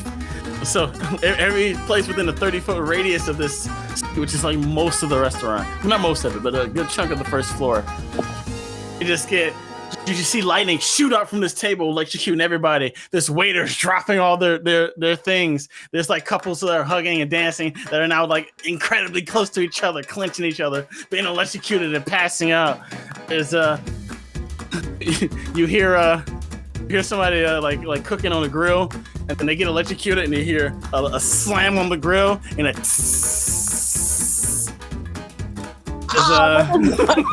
Good. Then the waiter that orchestrated this whole thing, he gets electrocuted, and he passes out. And Punch, he passes out. He tries to run away, but he passes out as he's trying to get up, and he flips over the bar, and he falls on the other side of the bar, and he's knocked out. The halflings are still there. They're really hurt, but they're still standing. And close. As soon as like the electricity leaves my body and I have full control, I would definitely be like, nothing to see here, folks. And I would just throw dust in the air and cast my sleep as my held action. Huh. And so that's 13 HP. So whoever has the lowest, starting with the lowest and up until it adds up to 13, falls asleep. You knock out one of the halfling brothers that are right next to Red and very angry at Red. The other two are still standing, and they are still pretty aggressive at Red.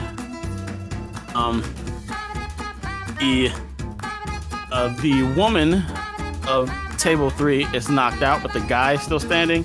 He gets up, takes out a short sword, and the electricity damaged his shirt. So you see like a rip in the shirt on his chest. The tattoo resembles that of the cat paw merchants. And I guess you guys can roll initiative. As I see this, I do look around again and be like, oh shit. Yep. My luck has definitely ran out.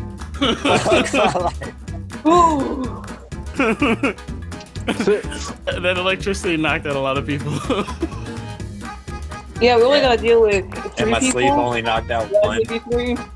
I can't believe I rolled that low. And my initiative check is going to be a 13. I'm missing somebody, actually. There should have been somebody else here who jumped in.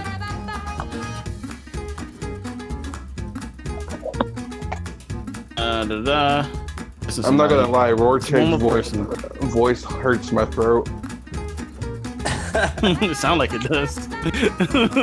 I'm so glad Goblin is just a moody teenager, because he is like therapy for my voice. I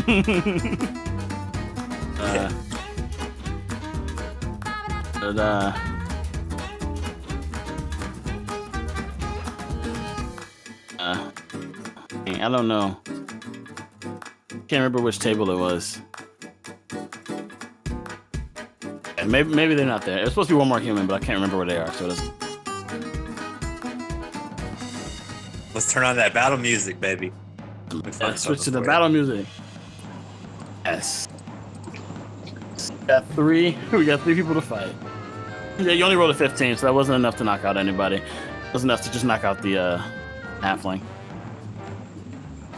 Yeah, I was hoping that with the damage that was done, and my casting it at 2nd level, that I would at least roll high enough. But no, I failed. Yeah. Disrespectful. Yeah.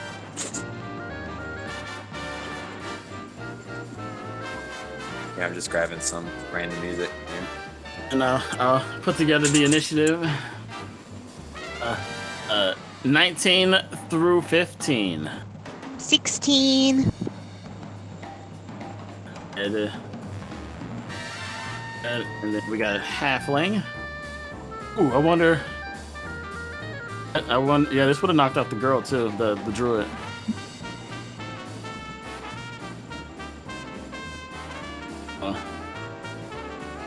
A halfling. the halfling that rolled 16. His name is Tinder. Tinder.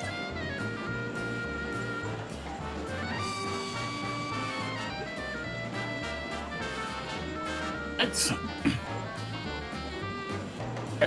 14 through 10. I got 13. I got 10. Alright. Rosie 13. Deb 10.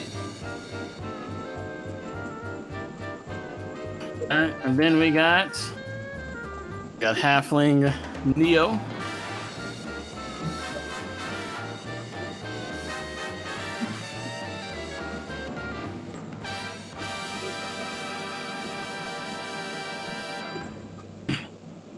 And we got woman.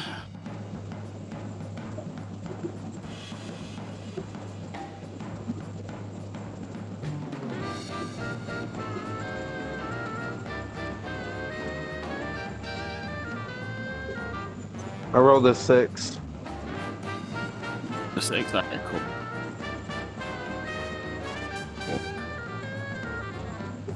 Damn.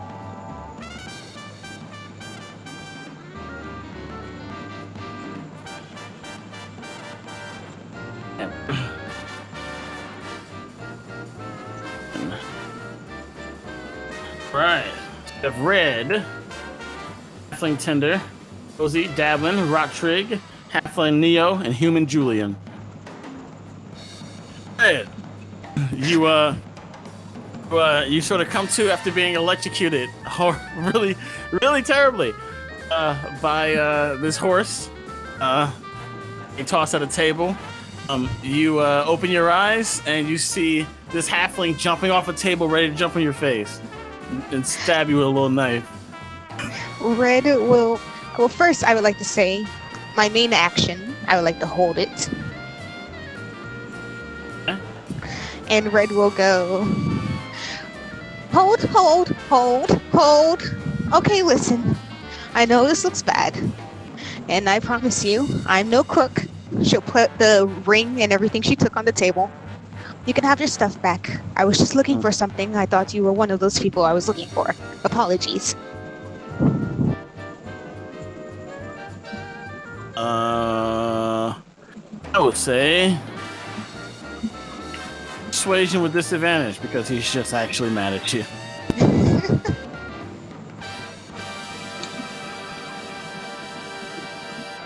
One more thing I would like to say. I do appreciate what you do. I understand people of your background and where you come from, and I respect you for it.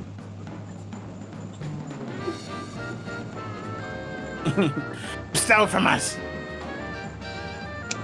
That I did, but I was looking for something. Doesn't that account for anything? I did give your stuff back. Okay. Probably this was worth an insight. Oh yeah. Insight is what? Intelligence? It's wisdom. Yeah. Yeah. Some. Oh. Oh. Time to fight, Okay, baby. so I mean, technically, I'm not lying, but I guess you're not it's- lying. You're not lying. You're just trying to. But he's angry. Mhm. He is angry. You're just trying to You're not de-escalate, afraid. and it's not working. Yeah. So I think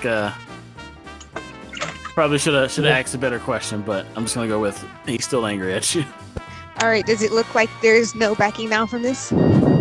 No backing out from this. He is his brother is about to flip him in the air, and he's gonna land a drop kick on your head. It's your turn. I would like to use my whole held action then. All right, what is your held action?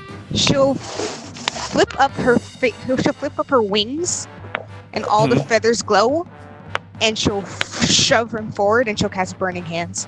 Oh fuck. Okay. Is that a straight line or is that a? It's a cone. was like, oh, okay. What's the DC save?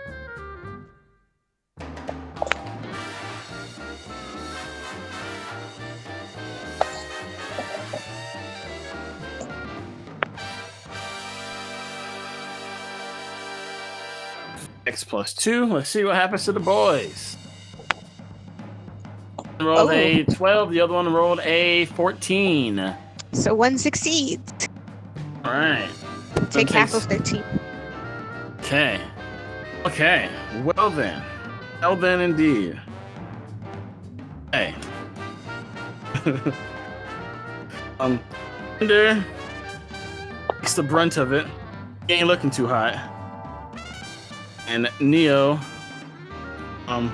is he's looking better than his brother. He also ain't looking too hot. Anything else?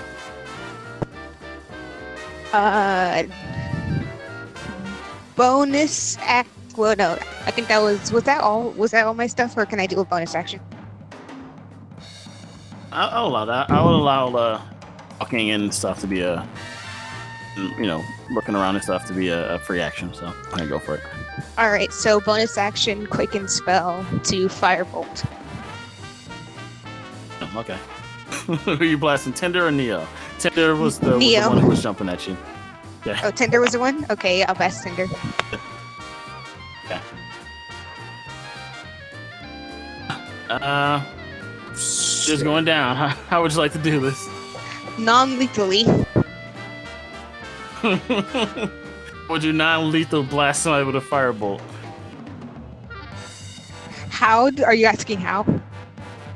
Yeah, how would Red do this in a non-lethal fashion? I'll singe his feet. Okay. He falls off the table, and he falls unconscious. Oh, actually, I would He'll like no to... longer be a carny, nor will he walk No, again. hold on. But it's not lethal. He's alive. No. His whole life is ruined, but he's alive. No big deal. No, I wanted to say, can I? Wish he's dead. I wanted to say, can I firebolt at his feet and make him fall off the table and the 4 damage be bludgeoning? Okay, that's fine. You blast the table that he's standing on, and he falls down, knocks himself unconscious. That's better than ruining this man's whole career. I know you gave him a concussion now. Now he might wake up with bigger problems. No. I hear that blunt head trauma is quite the problem in the future, especially if you're a football player. Why are you doing this? I can attest to this. It is. Yes, you become rot rig style wise after the head trauma. You guys are the worst. He's not dead. He just wishes he was dead. Okay, Rosie, it's your turn. You see that you're I guess you would be paying more attention to the guy at the table with the cat paw merchant tattoo on his chest. Yeah, I was looking at him. He pulls out a short sword. He's like, I think I know you from somewhere. and he starts to walk towards you. Nope, you definitely don't. No, you don't. Guys, he doesn't know me from anywhere. Is he on the initiative order? Like, He is. He's at the very bottom. He's Julian.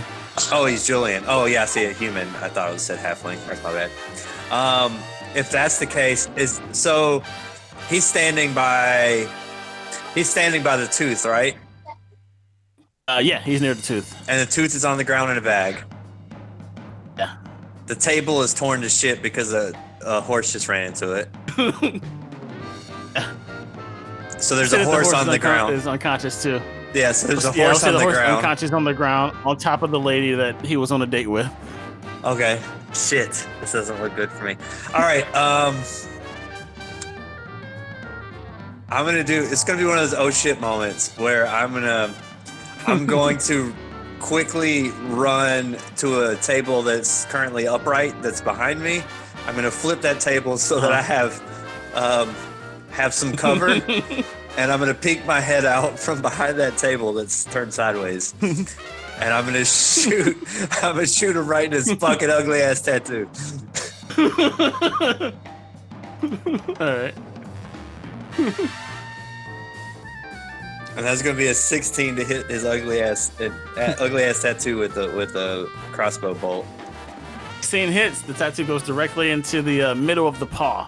Cat Paw's Merchant is logo is literally a cat paw. Yes. It's like right in the literal middle. Yes. You know, only pop stars have that kind of tattoo. Sorry, you're not old enough for that reference. 5 damage. Anything else on your turn? That because I used that, I do not have any more action. So I'm gonna end my turn with, I assume, what would be half cover or 3/4 cover. I'm not sure. That's up to you. I'll give you half cover. Okay, half cover sounds good. Because it's a pretty big table, so. Yeah. That's what I'm saying. I don't know how big the table is. I'm just crouched down behind it. So yeah. And I'll end my turn there. It's a wooden table, so you could easily be fucked. But yeah. All right, Davlin, you see this guy say something to Rosie, and Rosie says, "No, he doesn't." So behind it, he flips over the table, hops behind it, and blasts this guy in his tattoo. You see Red over in the other corner, just blast these halflings, and then knocks one unconscious by breaking the table he was standing on. What would you like to do? You're closer to the table, the guy that Rosie's fighting, but you're sort of in between both of them. Well, my main focus is the human, because he has what we need. Rosie's fight over there. Red's fight over there. That's Red's fight. Red started that fight. We didn't need to start that fight. So I'm going to try to duck in one of the booths. But before I do that, I'm going to cast Dissonant Whispers on Julian. All right. I'm going to cast it at level 2.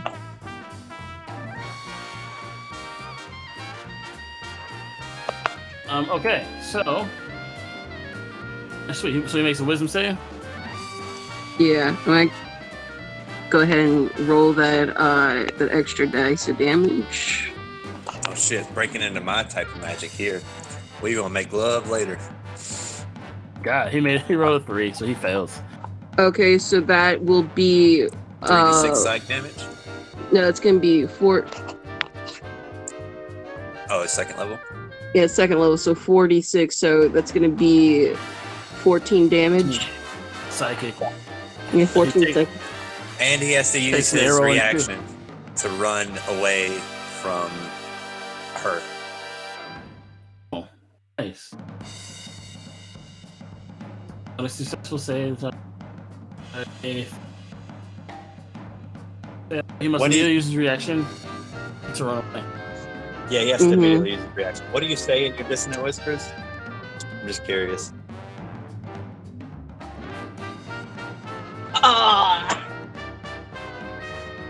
Shit.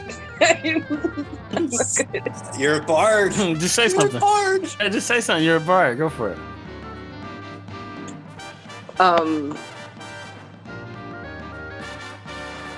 I'm just gonna sing "Teenagers" by MCR into his ear. It's like, hate that song. Oh god, edgy teenagers! I gotta get out of here. He feels compelled to run away, and he runs 30 feet away from Davlin, which is closer to the door. Close to the door that you guys came in through. But he does. But he doesn't have. He does not have the tooth. Does not have the tooth. No. All right. Good. Then I'm. Good. Good job, Davlin.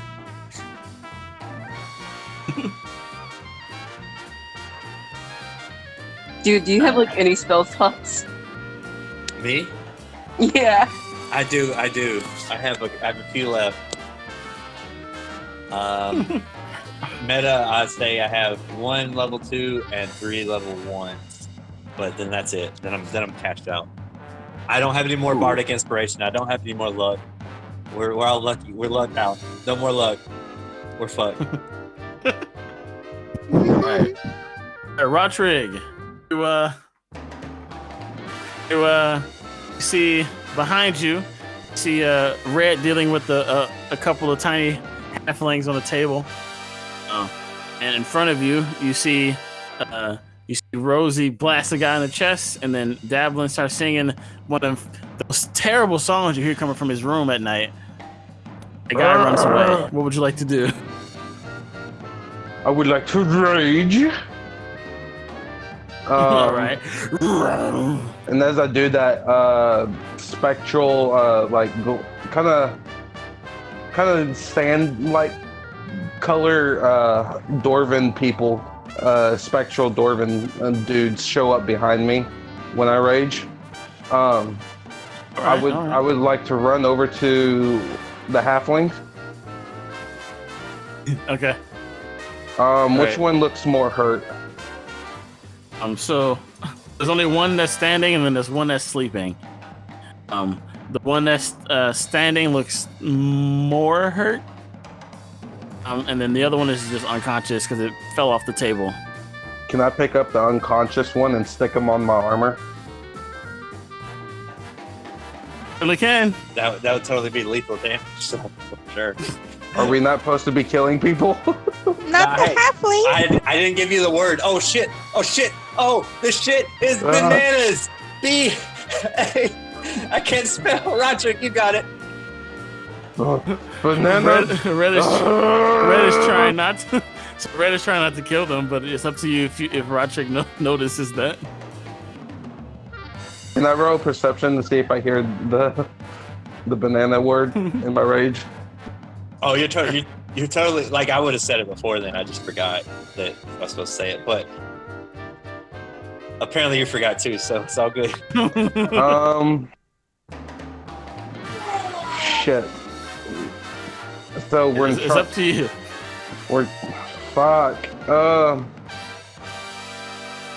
The human is still in the room. He's still within range of you, and then the halfling. One of them is unconscious. One of them is asleep, and one of them is just burned, but he's still standing. Okay, I'm going to the human. All right. I look at Rose behind the table. Roger, kill. Enter Roger. Does Roger kill? Bananas! Ah! I'm gonna run over to him and try to just like fucking grapple him with my spiked armor. Alright, go for it. And I get advantage since I'm raging.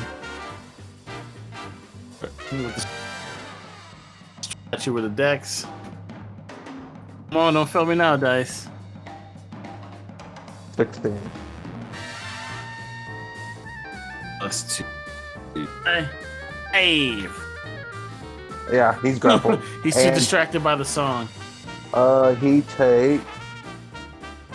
Hang on. 3 damage from your armor, right?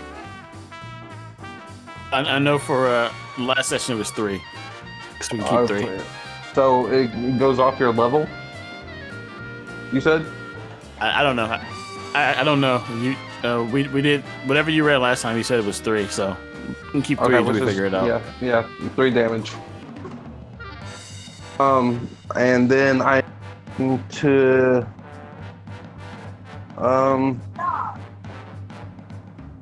yeah, that's all I can do. He can't attack. If he attacks anybody else, he has a disadvantage on the attack rolls. Yes, because he's behind. All right, Ratchik ran over there and grabbed this guy and slammed him on his armor. Now it is Theo, the other halfling. He looks over at you, Red.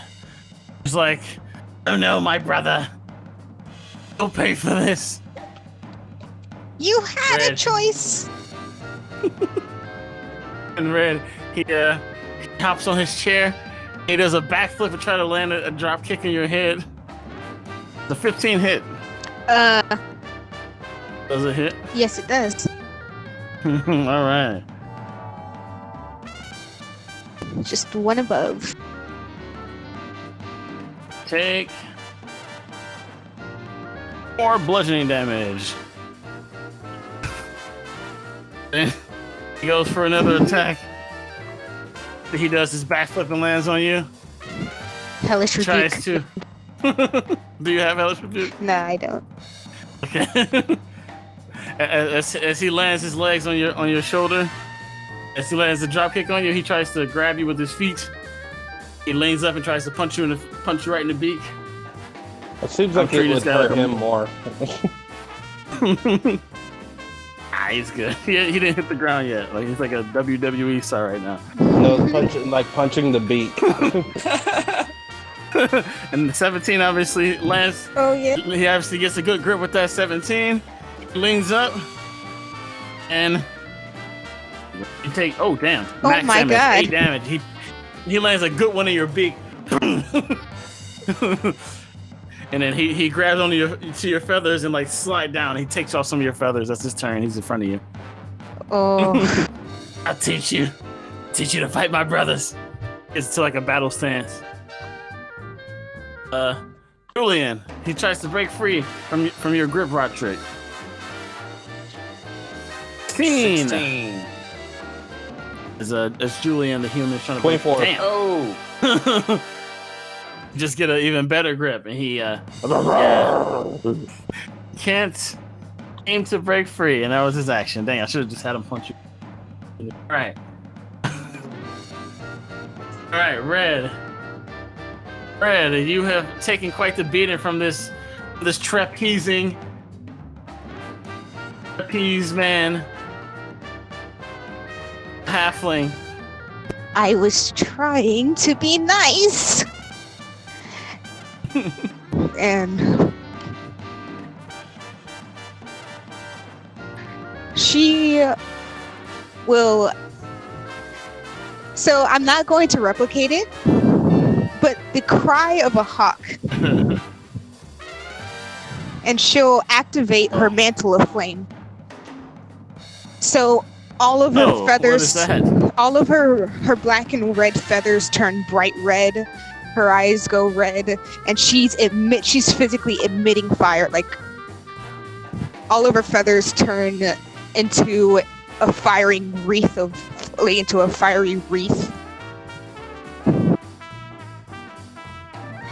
Ooh. Right. And I'm going to scorching ray him. Oh, okay. He gets visibly scared by this. And that hits. 23, 5 magical fire damage. +4. Wait, +4. +4, so 9. Hold fire. on. I'm not done. Oh, okay. He just gets. She mad. Wait, what's I that? imagine 11 doesn't hit. Let me look. Nope, it doesn't hit. Yeah. 16? Yeah, that definitely hits. I was gonna say the last one did hit because he's not wearing any armor. He's just out for a nice dinner with his friends. Okay. So it would have matched with the 11. So some hit. Ooh. So I need to ask you if this is non-lethal. This one is lethal. Oh god.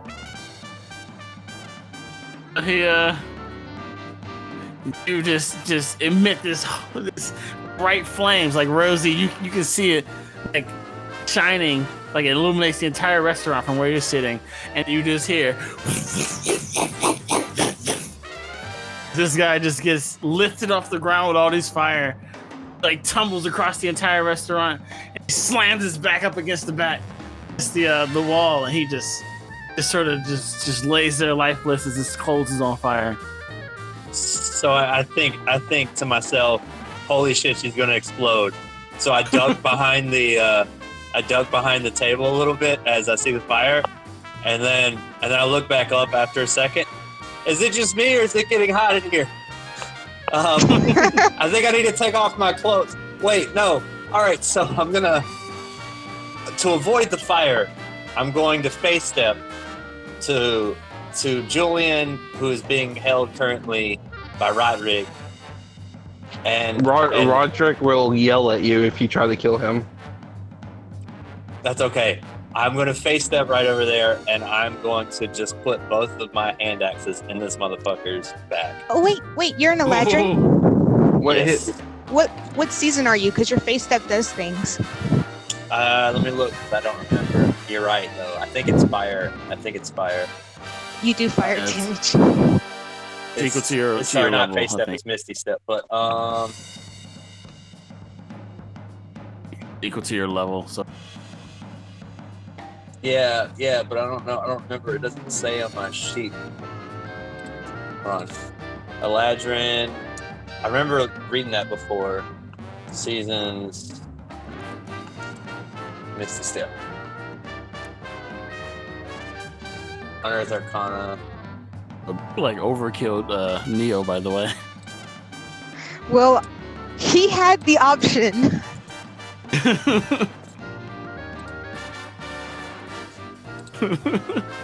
Seasonal legend. There we go. All right. I believe it was gold. Here it is, summer. Let's see. I'm unaffected by extremely hot environments and require food. Okay. Yeah. So apparently the fire doesn't bother me anyways, but I'm still gonna RP it that way. It doesn't say what my face step does though. Either way, I'm gonna do it, and I'm gonna pop out the other side, and I'm gonna put 2 hand axes into this dude's bag. It's a 20 and an 8. Do you get advantage because he's grappled or no? Oh yeah, I do, don't I? I believe so. I don't know. It's on D&D Beyond. I know I do. I know I get advantage. Because of your feet.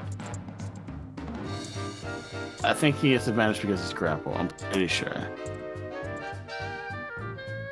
All right, so I'll just roll 2d20, and that's going to be a 2 and a 2, so it doesn't matter anyway. So it's 20 and an 8. All right, cool. At 20 definitely hits. Roll That's that going to be 5 damage.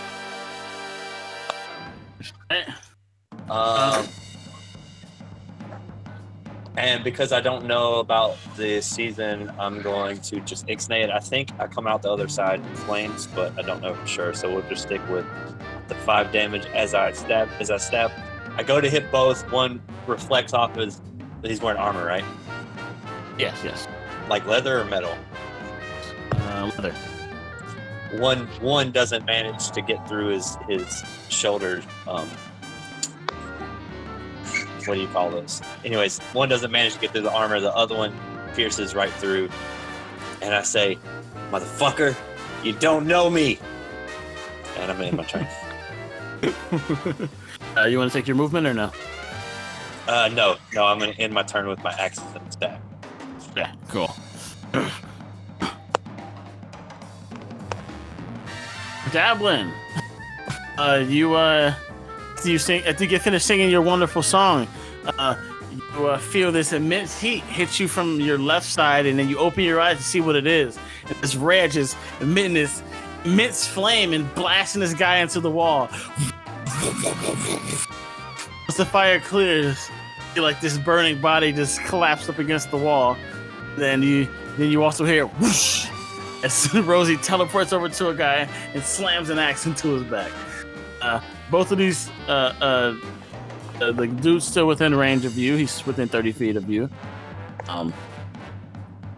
Julian's within 30 feet of you, and it looks like she has everything covered, but there's still an unconscious halfling and a sleeping halfling right next to where Rosie is. I mean, where Red is. I am just for good measure. I'm gonna go ahead and cast Dissonant Whispers again. Okay.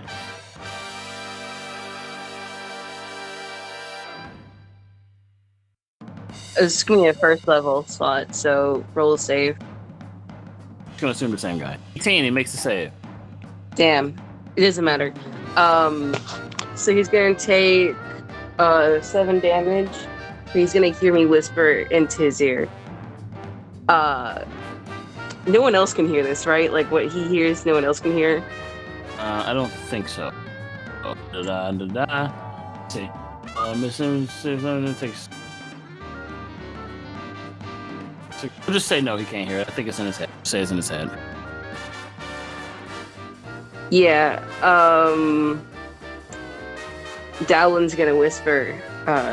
You might not know. You might know who Rosie is, but you should know who I am. No. I would. And because he's grappled, he can't go anywhere, so he's just. Yep. You're right, Devlin. You're right, Devlin. He doesn't You, know who I you am. didn't hear that. You didn't hear that, you fucker. I know. I'm just fucking with you. I would say it's in his head because it says psychic. Yeah. Okay, Roderick, it's your turn. Oh wait, Davlin, anything else you want to do on your turn? No, I'm good where I am. Cool. Actually, run.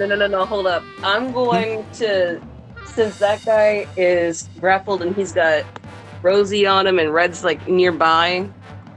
I'm just gonna trot over to his booth and fish out the tooth. Okay, yeah, that was like the whole point, right? Right, that was the whole point. I'm gonna fish out that tooth and then back away as much as I can from here. All right. You can grab the tooth. It's like a 5-foot walk from where you're at. And then so you have 25 movement. Do you want to move towards the door to start to leave, or you want to just back where you were? I'm gonna head back to where I am. Okay. Alright, sounds good. Patrick, it's your turn. I would like to hit him with my battle axe. Alright. Hey, hit him with that battle axe as he's roll to hit him with that battle axe as he's stuck on you.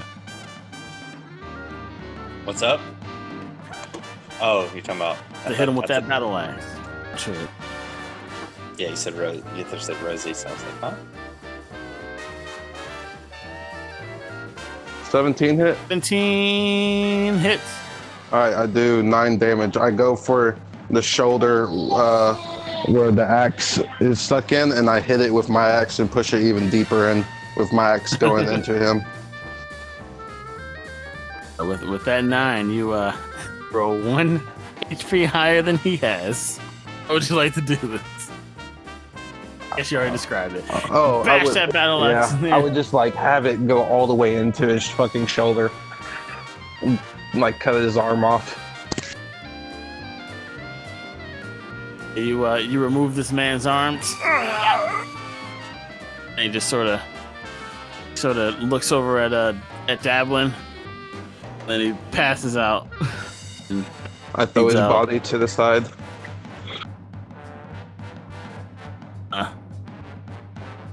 The people who are still in the restaurant, they are staring at you guys and all. And that's and where we take our leave. I would like to use my movement and run to the closest guy that's close to me. That's not in my group. All right. Okay. Run towards The nearest person. So yeah, you run into a crowd of just like 20-year-olds. It's just 20-year-old males that are like in a group for like college student age, just sort of just looking at you. This whole situation. Kill! They would freak out and run. This takes us out of initiative. Wait, do they run? Initiative. Do they actually run? And they'll start to run because you're right, foaming I'm at them gonna- off and covered in blood. As soon as I see this, and since we're out of initiative, can I cast? I'll cast Charm Person on him again to try to get him to calm down. I can't be charmed. What do you mean you can't be charmed? I'm raging. Oh rage. shit! All right, well I wasted that spell as I try and it doesn't work. I mean, I think you would know. Would you know? You worked with Roderick before. Yeah, true. Don't have to run. Let's try. Old person. No, I don't want to waste my last second level. I'm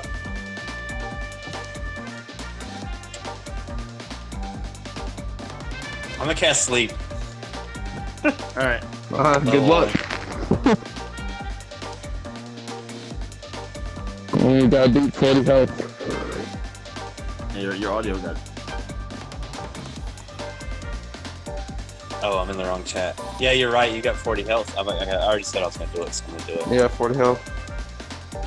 There's no way I can beat 40 health. No. Ooh, Okay. 17. It's unfazed.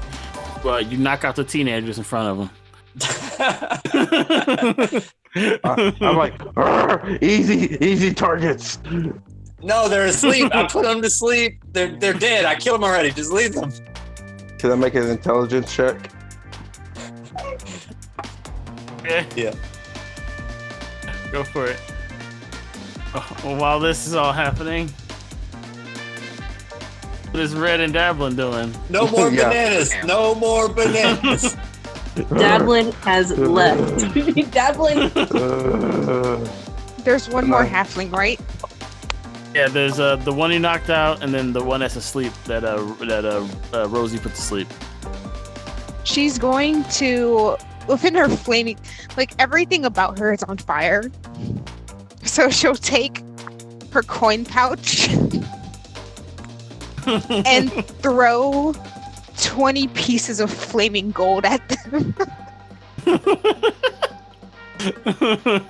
One that is asleep wakes up screaming. And yeah, he's just like, ah! Can I go pick him up? The sleeping guy? Yes. You were dealing with the college kids right now. Yeah, you told me stop, so I stopped. I heard him scream. That's why I was saying, can I go pick him up? Take it and leave. Yeah, sure. You're convinced the college kids are dead, as Rosie said, so you're going over to the screaming guy, I guess. Yeah, I pick him up and I take him with us when we leave. He grabs his burning money, but he can't hold it, so he drops it. Then the red's back. So he picks up his burning money. He can't hold on to it, so he drops it. And as he's processing that, this looming figure, shadow, completely engulfs him. He turns around. It's Roderick. He grabs him and he drags him out of the place. He's screaming and reaching back to his two brothers. One that's burned to a crisp against the wall, and the other one that's just unconscious because he bonked his head after he fell off the table. You coming with me, Roderick? How bad is this guy screaming? And it's pretty bad. It's loud. It's like it's causing the scene. Causing the scene. I'm just gonna shoot him right. You don't know if. I'm just gonna shoot him right. I was gonna say you don't know if Solidus is here because he hasn't shown his head out of his, That's a out of 20 his to suite. hit. But if he is here, he definitely hears it. Yeah. That's So a he's 20 to screaming hit. and then it's And that's why I That's left. a 20 to hit. And I'm still shit him in the dragging head him. and he. I'm still dragging them. I was causing more of a scene than the. like, guys, you wouldn't shut up. I had to do something. Jeez. He's just out. I'm gonna pull out the pen that I have and look at it. That guy, that pen, that's a pen that never runs out of ink. Oh, nice. The writing on it said, the writing on it says that he's a food reviewer. He works for the Thurnham Tribune. I'll walk over and I'll grab that nice, expensive bottle of wine, eat some hors d'oeuvres, and start to head out, look at the rest of the party, and be like, well, I got this pen and a nice bottle of wine, and we have to pay the tab. So I guess it's a win situation.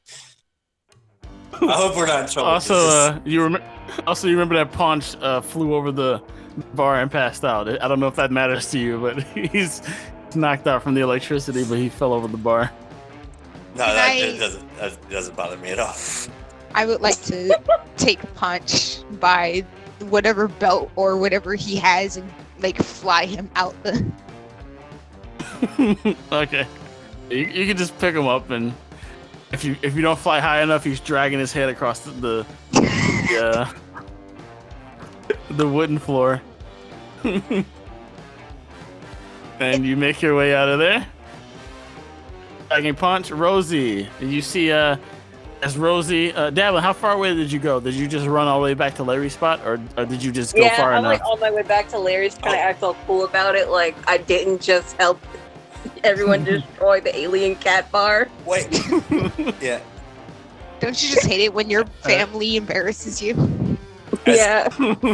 As we're walking out, before we leave, I'll be like, "Oh shit, hold on!" And then I'll run back inside. Is that on? So the tattoo on the guy, was it on his chest or where is it at? It was on his chest, yeah. And the guy's on the ground inside now. Yeah. It was on his right pectoral muscle. Okay, I'm gonna go use my dagger and cut that tattoo out and stick it in my pocket. Oh my god! Gross! While everybody else is outside, and then I'll come back in. I'll meet up. Put Julian's tattoo into your inventory. All A right. sack, the skin of flesh, like a sheet of flesh. Yep. That And then, come in handy, and then- guys, as I'm holding it in the air with the blood dripping. Wait, what are you hiding there, mister? This could definitely come in handy. Trust me. Don't ask questions. Just wait. And So I put it in my bag after, and try not to get blood all over everything, including the pin that I put in there. Oh my god. So Yeah, so put down and it never runs out of ink. You have the nip, which is the very expensive wine that I guess you didn't have to pay for. And the tattoo of Julian you have in your inventory. So it's my plan all along. Rare, did you decide to keep the ring of evasion or not? Yes, I will go back. I would like to take the ring. Also, Yeah. I'm not quite sure how this will affect the outside world, but I can't exactly turn the fire off. Okay. Leave No. it. Just go. Just leave. Just leave. No. You're carrying Paunch and you're on fire.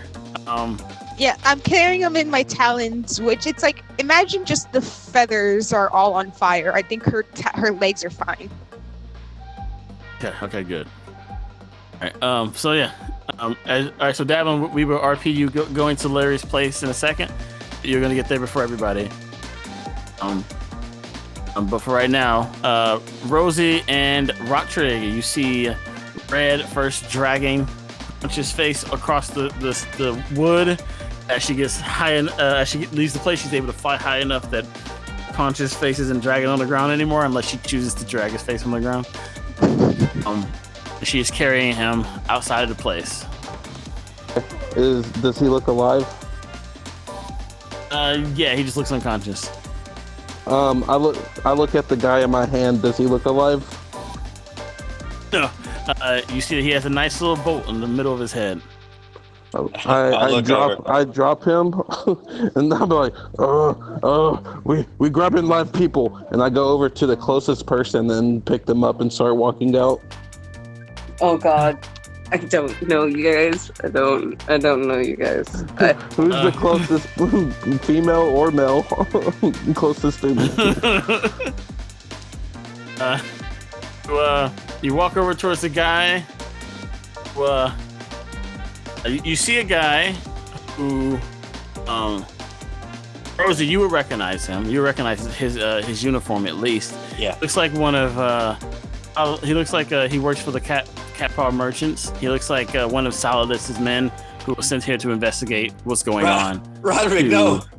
Place. I go up. No, I go up to him. Roderick. I'm like, I go over to him. I'm like, "You're coming with me," and I'm gonna try to intimidate him.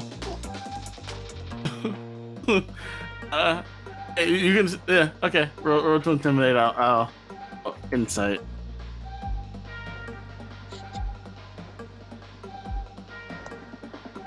What was the name of that wine again? The nip. The nip. Yeah, that's right. Oh God. Oh no. Well, let's see what happens. You work for solid. Which status? Insight. That's wisdom, right? Yeah. Solid. So. Oh shit. Looks about right. As you go over there and start screaming, "You're coming with me!" He like, he doesn't even jump. He turns around. He's like, "You responsible for this?" And I Coming with me. I grapple him. And I pick him up. Glad I left. It's like, "You're coming with me." He I'm goes walking the other way as if I had nothing to do with it whatsoever. Kicking rocks, humming. Da da da da da da da da da da da da. All right. Red has flown up high enough to survey the situation, but not to be seen with Roger. God dang it! Oh my god. You try to go in for a little grapple. He pushes you back. He takes out a rapier. He just he goes for a stab on you. Oh, you wanna fight? And he's like, "We need backup. We need backup." On his hand, on his finger is the similar design to Larry's, but it just looks better. That's another ring of whispers. Hello, DM. Roll to hit. Yes. So, technically, while he's unconscious, could Punch be counted as an object? Could be, yes. What are Does you 18 doing? hit you? Yes. An 18 hits you. Okay, I stabbed you. Could it be? What would you like to do? Could it be possible that Punch probably couldn't be injured if he hits a man at 150 kilometers a second? No, that would hurt. No, I would say that. I think he would definitely get that fall damage. If you're planning on doing what I think you're planning on doing, I think it'll be cushioned by the fact that he fall on this guy. Okay. I would like I don't to know do if that's that. good enough for you. I would like to. And I would like to catapult. I would like to catapult. Oh my fucking god. I will just allow this to happen. You don't even have to roll it. You can roll acrobatics. Oh, catapult's an actual thing, huh? Okay. I'm just gonna let it happen because he's distracted by Roderick, and he's not even thinking about the possibility of somebody falling on top of him. So he goes in for. Roderick is loud, so I don't think he even noticed like the falling or the shadow or anything. He's like, we need backup. We need backup. I have a possible suspect, and this dude just comes falling. He goes in for a stab on Roderick, and then the dude falls on top of him. Boom, and it will rarely knock him out. It's 15 plus fall damage. I don't know how much. How Yeah, that'll high? be a lot. How high were you, by the way? I don't know, because she can fly up to 50 feet in 6 seconds. Okay, well, let's just assume that at least 12 seconds pass, at least. So you're 100 feet. That is going to be 10d6. That's 10d6. Ooh, okay. So 15 plus Dash? 10. Did you dash up high, or did you just fly up? She just flew up. She didn't dash. I think I would literally kill Punch if she dashed. All right. Okay. Okay. So. Okay, so you legitimately knocked this guy out. The guy that's fighting me? The guy that's fighting you, so he takes like 61 damage from bludgeoning from the fall damage and the catapult. So he's gone. I pick him up and throw him over my shoulder and start walking out. Get Punch too. I hear this and I grab him by the top of the head and start dragging him. Oh god. Is Punch dead? Is Punch dead? I'm gonna flip a coin on this one. Oh Okay, no. flip a coin on this one. I mean, you said he'd be fine. No, he said he would absolve some damage from the. Yeah. I would say for sure he takes 2 death fails from that fall. Okay. I'm gonna immediately run up, take a swig of my wine,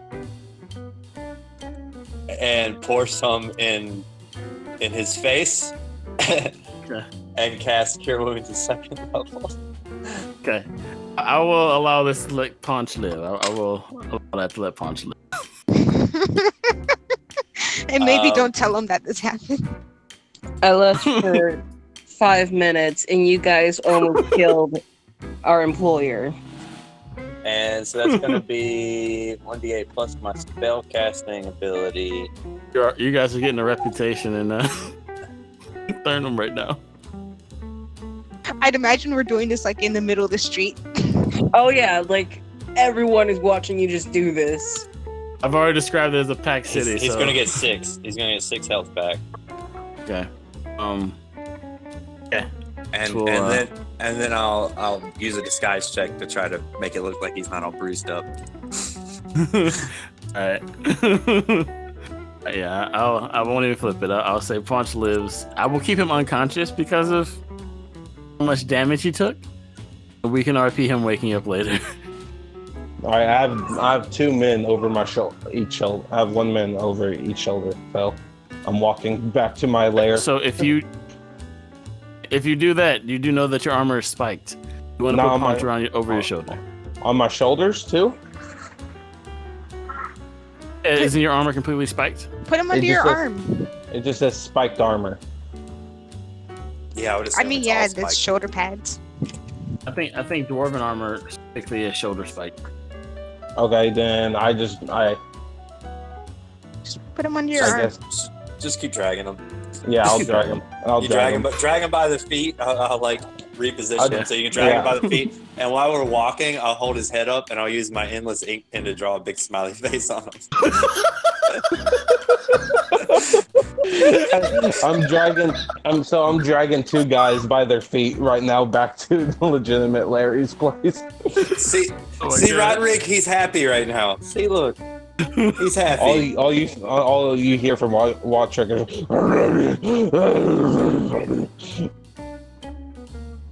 Had a good doggy. Great doggy. Good doggy. Because I'm still is there any- enraged.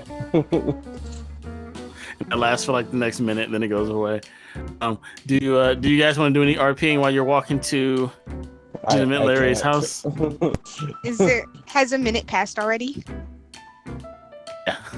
Okay. So Eventually, yeah.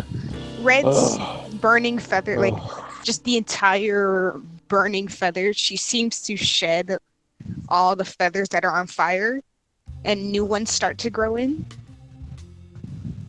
Nice. By the way, you guys are catching some eyes for walking in town with 2 just bodies. And one of these bodies are high profile. Rosie, you would know that. Yeah. And you are leading them back to Larry's lair. Don't worry. They sick. I take care of them. Nothing to see here, folks. Nothing to see here. Just a very angry man. Do not make this man angry or he'll carry you like this. It's not a good idea. Please do not make this man angry. Please, I beg you. I would like to fly an extra 100 feet above this. You dip out. Would Red know? Okay, Red grow up, spend a lot of time in the city of Thurnham, or do you think Red came from somewhere else? Oh, she's fresh in Thurnham. Okay, so you wouldn't know that this guy is a high profile guy. Okay. You probably connect some dots, but I don't think that you would know as well as Rosie in Dublin would know. Yeah. I would. Yeah. Probably from the stares that they were getting, she'd probably guess, but at this point, she just wouldn't care. Okay. So yeah, is there any RPing you want to do? Since Red left and Patrick is tagging and you guys get some looks. I'm gonna check on this high profile character from the Cat Paws, and I'm gonna see, is he dead? Flip a coin on this one. No, please let him live. I want a pet. I really want a pet. Is it the Tabaxi Man? No, it's a human, I think. I'm asking God here. What does this guy look like? He's a Tabaxi Man, yeah. Oh, he is? Oh, good kitty. You come with Roderick. Is he alive or dead? So he's dead. You can't take it. See, Roderick, this is why you can't have pets. This is why we can't have nice things. What do you mean? And I start like shaking him like a whip. He's alive. He's a fucking teddy bear now. He's dead. Oh, teddy bear. Okay, even better. No. Oh, Roderick, you No, don't you want to said keep this teddy teddy bear. No, said- you don't want to keep this teddy bear because it's going to start to decay and smell like shit. You don't want this. You don't want this. I promise you. Just leave him here and pretend like this never happened. I keep this teddy bear. You don't want this teddy bear. It's going to smell bad. It's bad teddy bear. Rosie, Smell- in your head, you hear just Red's distant voice. I'll burn the body later. Okay, you can keep this teddy bear, Roderick, but I promise you, he something weird happens to cats when they die. They just catch on flames randomly, and they burn to a crisp. And I don't understand it, but that's just how it is. And if you don't want to, catch your room on fire, I wouldn't suggest keeping this teddy bear. Roderick lives in cave. Okay, hey, if you want a fire, that's on you, but just try not to let Larry see him, please. Fire This is, good. But Larry get mad. Larry will get mad. I killed Larry if he tried to take Kitty. Larry's not going to try to take the kitty. Larry is just going to be mad. He's just going to be mad. It's going to be one of those things where everybody's going to get reprimanded, and we're going to be completely fucked. And I can't afford to pay everybody's lawyer bills. It was a really good pet kitty, and wouldn't you say that if you really loved a kitty, and it was your pet, that you would want to give him a good burial, someplace where nobody could ever find him. You said it was teddy bear, though. It's a kitty teddy bear, and it's not stuffed. It's got organs and stuff, and That's the best type of teddy bears. I mean, I have an idea. Sounds like a good dinner. We should stop, and we should cook them. Oh, that is right. Let's eat the cat man. All right, let's go somewhere where nobody else can see us, because I don't want anybody else trying to eat our really good food. Yes, at my cave. No, because if we bring him back to the house, then everybody else is going to want to eat the cat, and we can't have that. Oh, okay. I look for a dark alleyway. Yes, All right. right there. So Larry lives in like a shadier part of town. So as you guys get closer to where Larry lives, you can find a decently shitty looking alley. There's a guy there taking a piss right now behind the dumpster. Shoot, get out of here. Go. You don't want to make this guy Get angry. away! I'm about to eat my cat. Oh, calm down. Don't say that so loud. Oh, God. he looks at you weirdly. He finishes his piss, he grabs his stuff, and he drunkenly stumbles away. All right. You guys are alone in the alley. So here's some advice. Do not cook them in the piss. It's not a good idea. How about right here? It's nice and dry here. We'll start a fire. You start fire. Yes. I'll cast a fireball.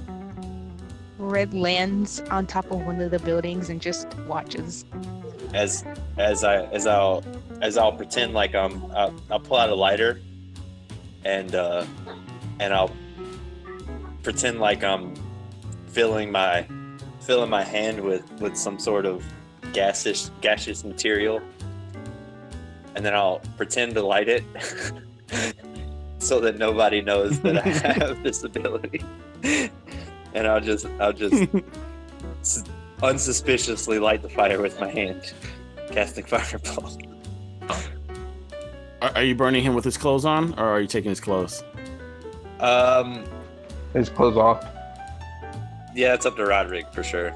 Dude, I take his clothes off. it's extra fiber, I hear. I make him butt-ass naked. All right. Wow. All right. I didn't know Tabaxi's had such tiny penises. I'm gonna eat the dick and everything. You know, Roderick, I hear tiger penis is really good for you. I cut off the dick and hand it to Rose. I'm like, you eat. No. You eat it. It's a customary thing. No. You No, it's okay. eat. No, it's fine. I'm gonna So try. Larry, I'm they're gonna eating the dick intimidate now.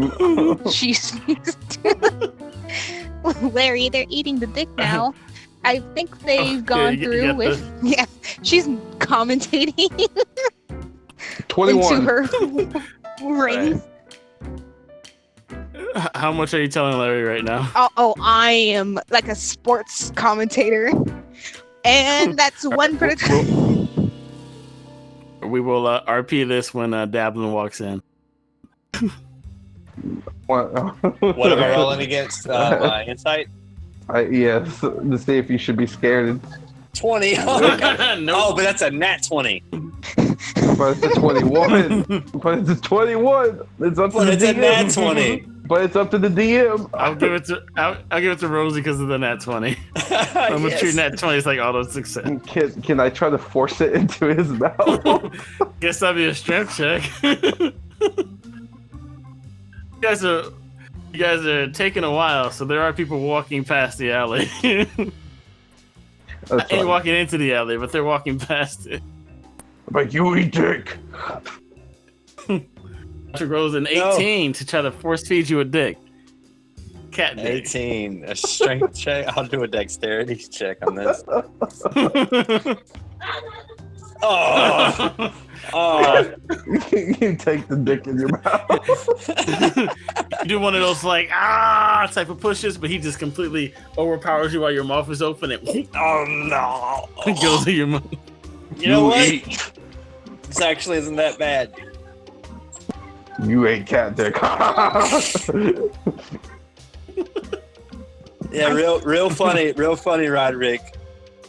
Real funny. I'm gonna start pulling it off to the side where no one can see, and I'm gonna start eating the cat. All right, let's over to Dablin. So you've left before everybody, so this is like a little time backwards. You left before everybody. You've ran over to Larry's spot. Would you have stopped anywhere, or are you going straight to Larry's? I ran straight for Larry's because remembering our last job, it always ends shittily. So I just figured I'd get out of there with what we needed before anything went up in flames. All right, cool. So you run straight through town. People keep trying to sell you things, and you just push them out the way, or just ignore them and run. Like not running, but power walking. Okay, power walking. Somebody's like, "Oh, it looks like you need a new pair of shoes. Yeah. Come over here, buy some new shoes." And you're like, I'm parkouring my way around to these street vendors. You make it over to Ass HQ. Pop open the door. Imagine you're a little sweaty, but you're always a little greasy, so it's not surprising to Larry at all. Like I kick open the door and like I immediately close it behind me, and like I'm panting a little bit because it was a bit of a trek. Because imagine the slums of the city is quite far away from a nice place like the alien cat. Yeah, it definitely is. You get there, Larry is basically reprimanding a vert for breaking some of his rare vases. Just be more careful. And he opens up the door. Doosh. Was it? He turns around. Oh, Evelyn, that was fast. You guys work quickly. New bag. Take it. The job's over. Not quite. I'm okay. So Roderick threw a horse at the tooth, and the tooth exploded. Well, like the tooth is still here, but it set off a wave, and it knocked out our employer. So I don't know what's up with that situation, but I figured I'd just get out of there with the tooth before Solace realized we were trashing his bar. Good call. A good call. I'd hate for that to get tracked back to me. Mm-hmm. Alice and I aren't really on good terms right now, or at least I don't think we are. He's to rub his success in my face. Yeah. Called my group of employees a ravish group of street thugs. Well, he's no better. He's a piece of shit. I agree with you. I definitely agree with you. Where are the others? Probably getting in trouble because it's them. Hope they don't do anything too crazy. I remember our last job and then Larry, he like gives me a thought and he like turns his head. He's like listening. It's Red's voice. What are you saying, Red? As he's listening to you call him. Hello, Larry. Hello. Did Dabbler make it home? Is he home? Yeah, Dablin's here. I'll put you on speaker. Marvelous. Okay, so it turns out we have a little bit of a situation. Okay. Well, I was flying, and that was, usually a thing that I do. And we met up with somebody. I'm not quite sure who he is, but it is a tabaxi with a cat paw symbol, tattoo, I think. Either or. Roderick or Rosie are in the process of eating this cat man. Oh, and he ripped off the dick. Oh, they are eating the dick now. There goes the foot. Yeah, there's fur and all. Well, I'm actually quite impressed. We're I think we're 5 blocks away out into the back of an alley. There's the one place, forgot what it's called. Like she'll lean in closer and you can kind of hear some of the. I want this to be known. Rose ate the dick, not Roderick.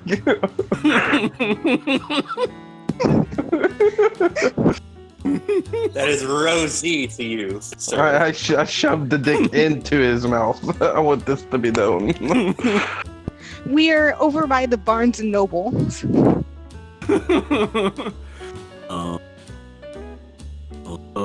Imagine Barnes and Noble is just a bunch of farm animals in barns and a bunch of noblemen. It's a bunch of noblemen selling barn animals. Yeah, a bunch of noblemen selling barn animals that are enchanted in some type of way. Like cows are like golden or like they produce chocolate milk. Yes. Oh, we totally need one of those. Totally. I need a cow. A chocolate cow now. Oh, by the way, wonder if you have to shake them before it. Shake. Well, no, that's when you get a milkshake. I digress. But Red just goes, oh, and speaking of Punch, yes, I will admit this one is 100% on me, but this man came and called to Roderick. They got into a little bit of a squabble, said that he was calling for backup before we killed him, with Punch as I tossed this man towards him at 100 feet, I think. I'm not good at math. Just checking in, telling you we'll be home soon. Probably not too soon. Bye-bye. Larry just sits down in the chair. Okay, just make sure you're not followed. Punch. Hopefully he doesn't remember anything. We gotta gaslight him. You sure thing, boss man. Or should I say, mob boss man? For real though, this is a really brutal scene. Had to do it. Larry's just sitting down. He hasn't hung up yet. I'm still on speaker. I'm walking to the place now, like licking my fingers. Yeah, and Rosie is just drinking that bottle of wine as fast as she possibly can. Hey, Rosie. Rosie. How'd that dick taste? Yeah, real funny. Real funny, Roger. I'm gonna make a constant.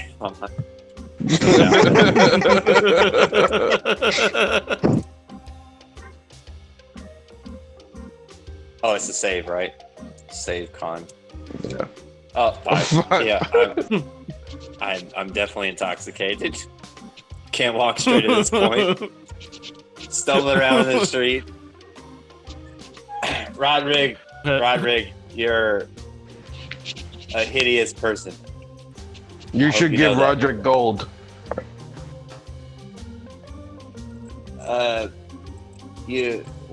What? Give Roderick gold.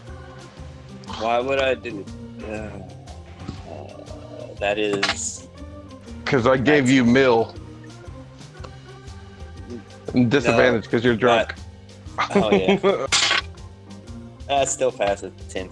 God damn it. And I pat you on the back. I'm like, it's okay, dick eater, and I walk off. No. How'd you guys stop to vomit for a second. and the phallus, the whole thing comes out in bits and pieces. You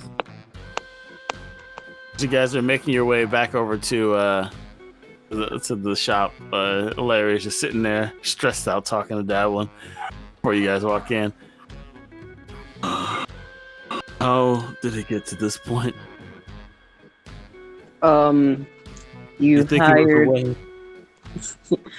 You hired Rodrigue. That's. I think that's where you went wrong, my man.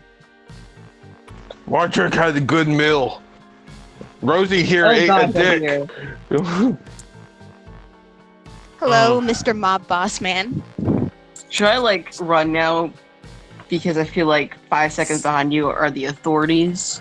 You know what? Fuck you guys. You left me there. You left me there. Fuck you. I feel like you were a big boy enough. You know, you're an adult. You're a Fuck big boy. you. Fuck you. You I hear didn't me? leave you. Are you threatening me? Are you threatening me? I burp and fur comes out of my mouth. Oh God! You ate a tobacco. You actually ate a tobacco. Rosie ate his dick. Rosie, I feel like you would know this. Who did you eat?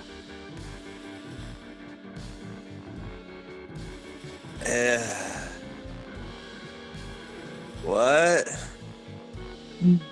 You of all people would know who the fuck you just ate. Who did you fucking eat? I ate a dick. Whose dick did you eat?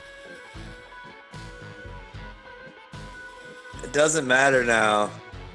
It kind of does. It kind of does to know exactly how much shit did you get us No, into. it doesn't matter. I vomited it up, so technically I didn't eat a dick.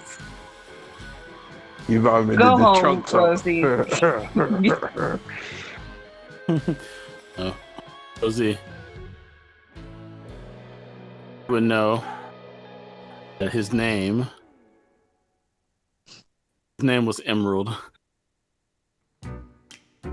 Okay, I'll remember that. He's his name is Emerald. He's one of Solidus's it's like Solidus, and then there's like a layer of his top men, and it's the layer that Emerald works for. So he's like at that level of command, like third shift of command, I guess, if that makes any sense. I'm gonna sit here and I'm just gonna like I'll rock back and forth. Try not to vomit. Red looks over at Larry and goes, if you said that we were going to be doing dirty jobs like this, I would have been more into it. I like that name for you. Larry the mob boss. Stop saying that. Why? It's awesome. I'm just trying to build a honest business here. Larry, fuck your organization. We're all dead now. We're all dead because of you. And he like sloppily points his finger. It's your because fault. of me. Because of me. All y'all needed to do was grab Tooth, give it to Punch. That's it. You sent us with Rodrig, who made me eat a dick. That's on you, my friend. That's on you. If you don't mind, I'm gonna go to sleep right here. You guys face would be down more in his own. professionals. Would be more professionals. All right. Well, imagine that they're going to be investigating what happened at Alien Cat. I hope they don't find my vomit. I had to waste this whole bottle of expensive ass wine just to forget that I ate a dick. Oh, do I also mention I scorched the place? I feel like that's an important detail. I apologize. Yeah. Poof. Chance Fire. that they'll track you back to me. Chance that you guys might get tracked back to me. So what do you want us to do, Mr. Mob Boss Man?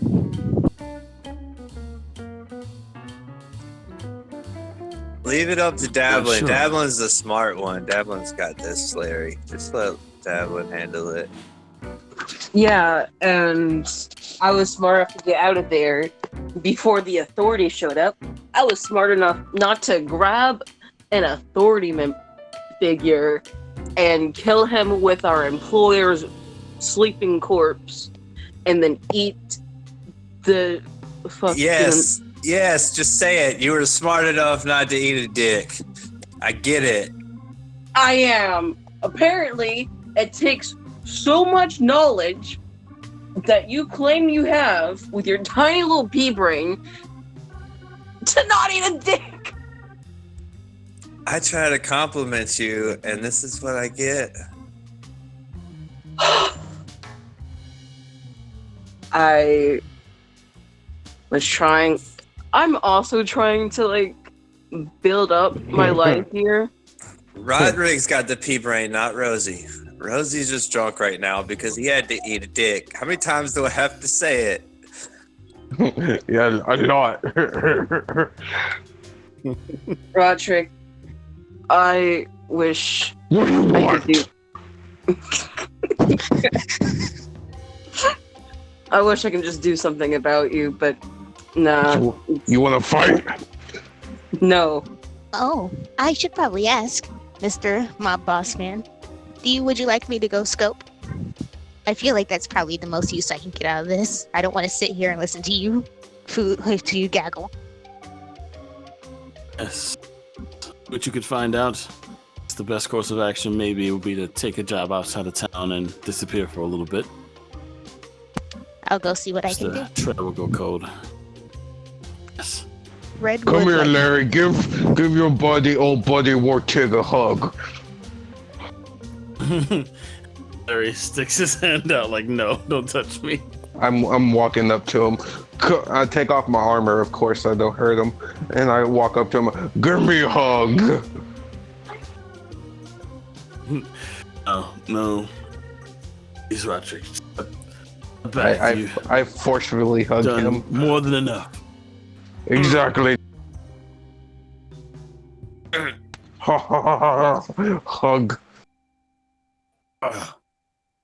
Stink.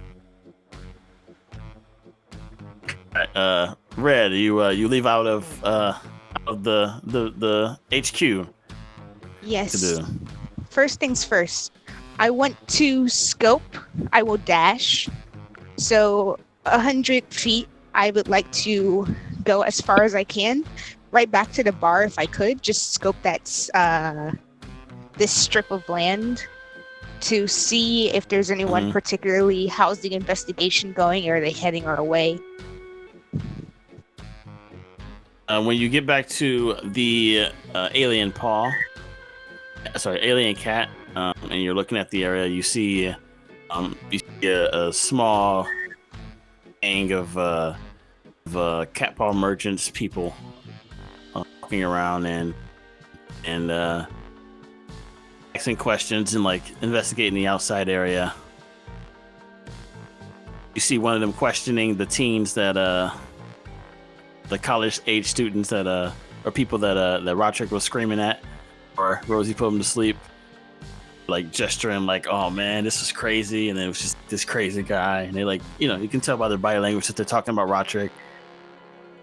And pulling up in a carriage, very elegant carriage, is like velvet. It has like velvet cloth on the outside. The wheels are made out of actual gold. Then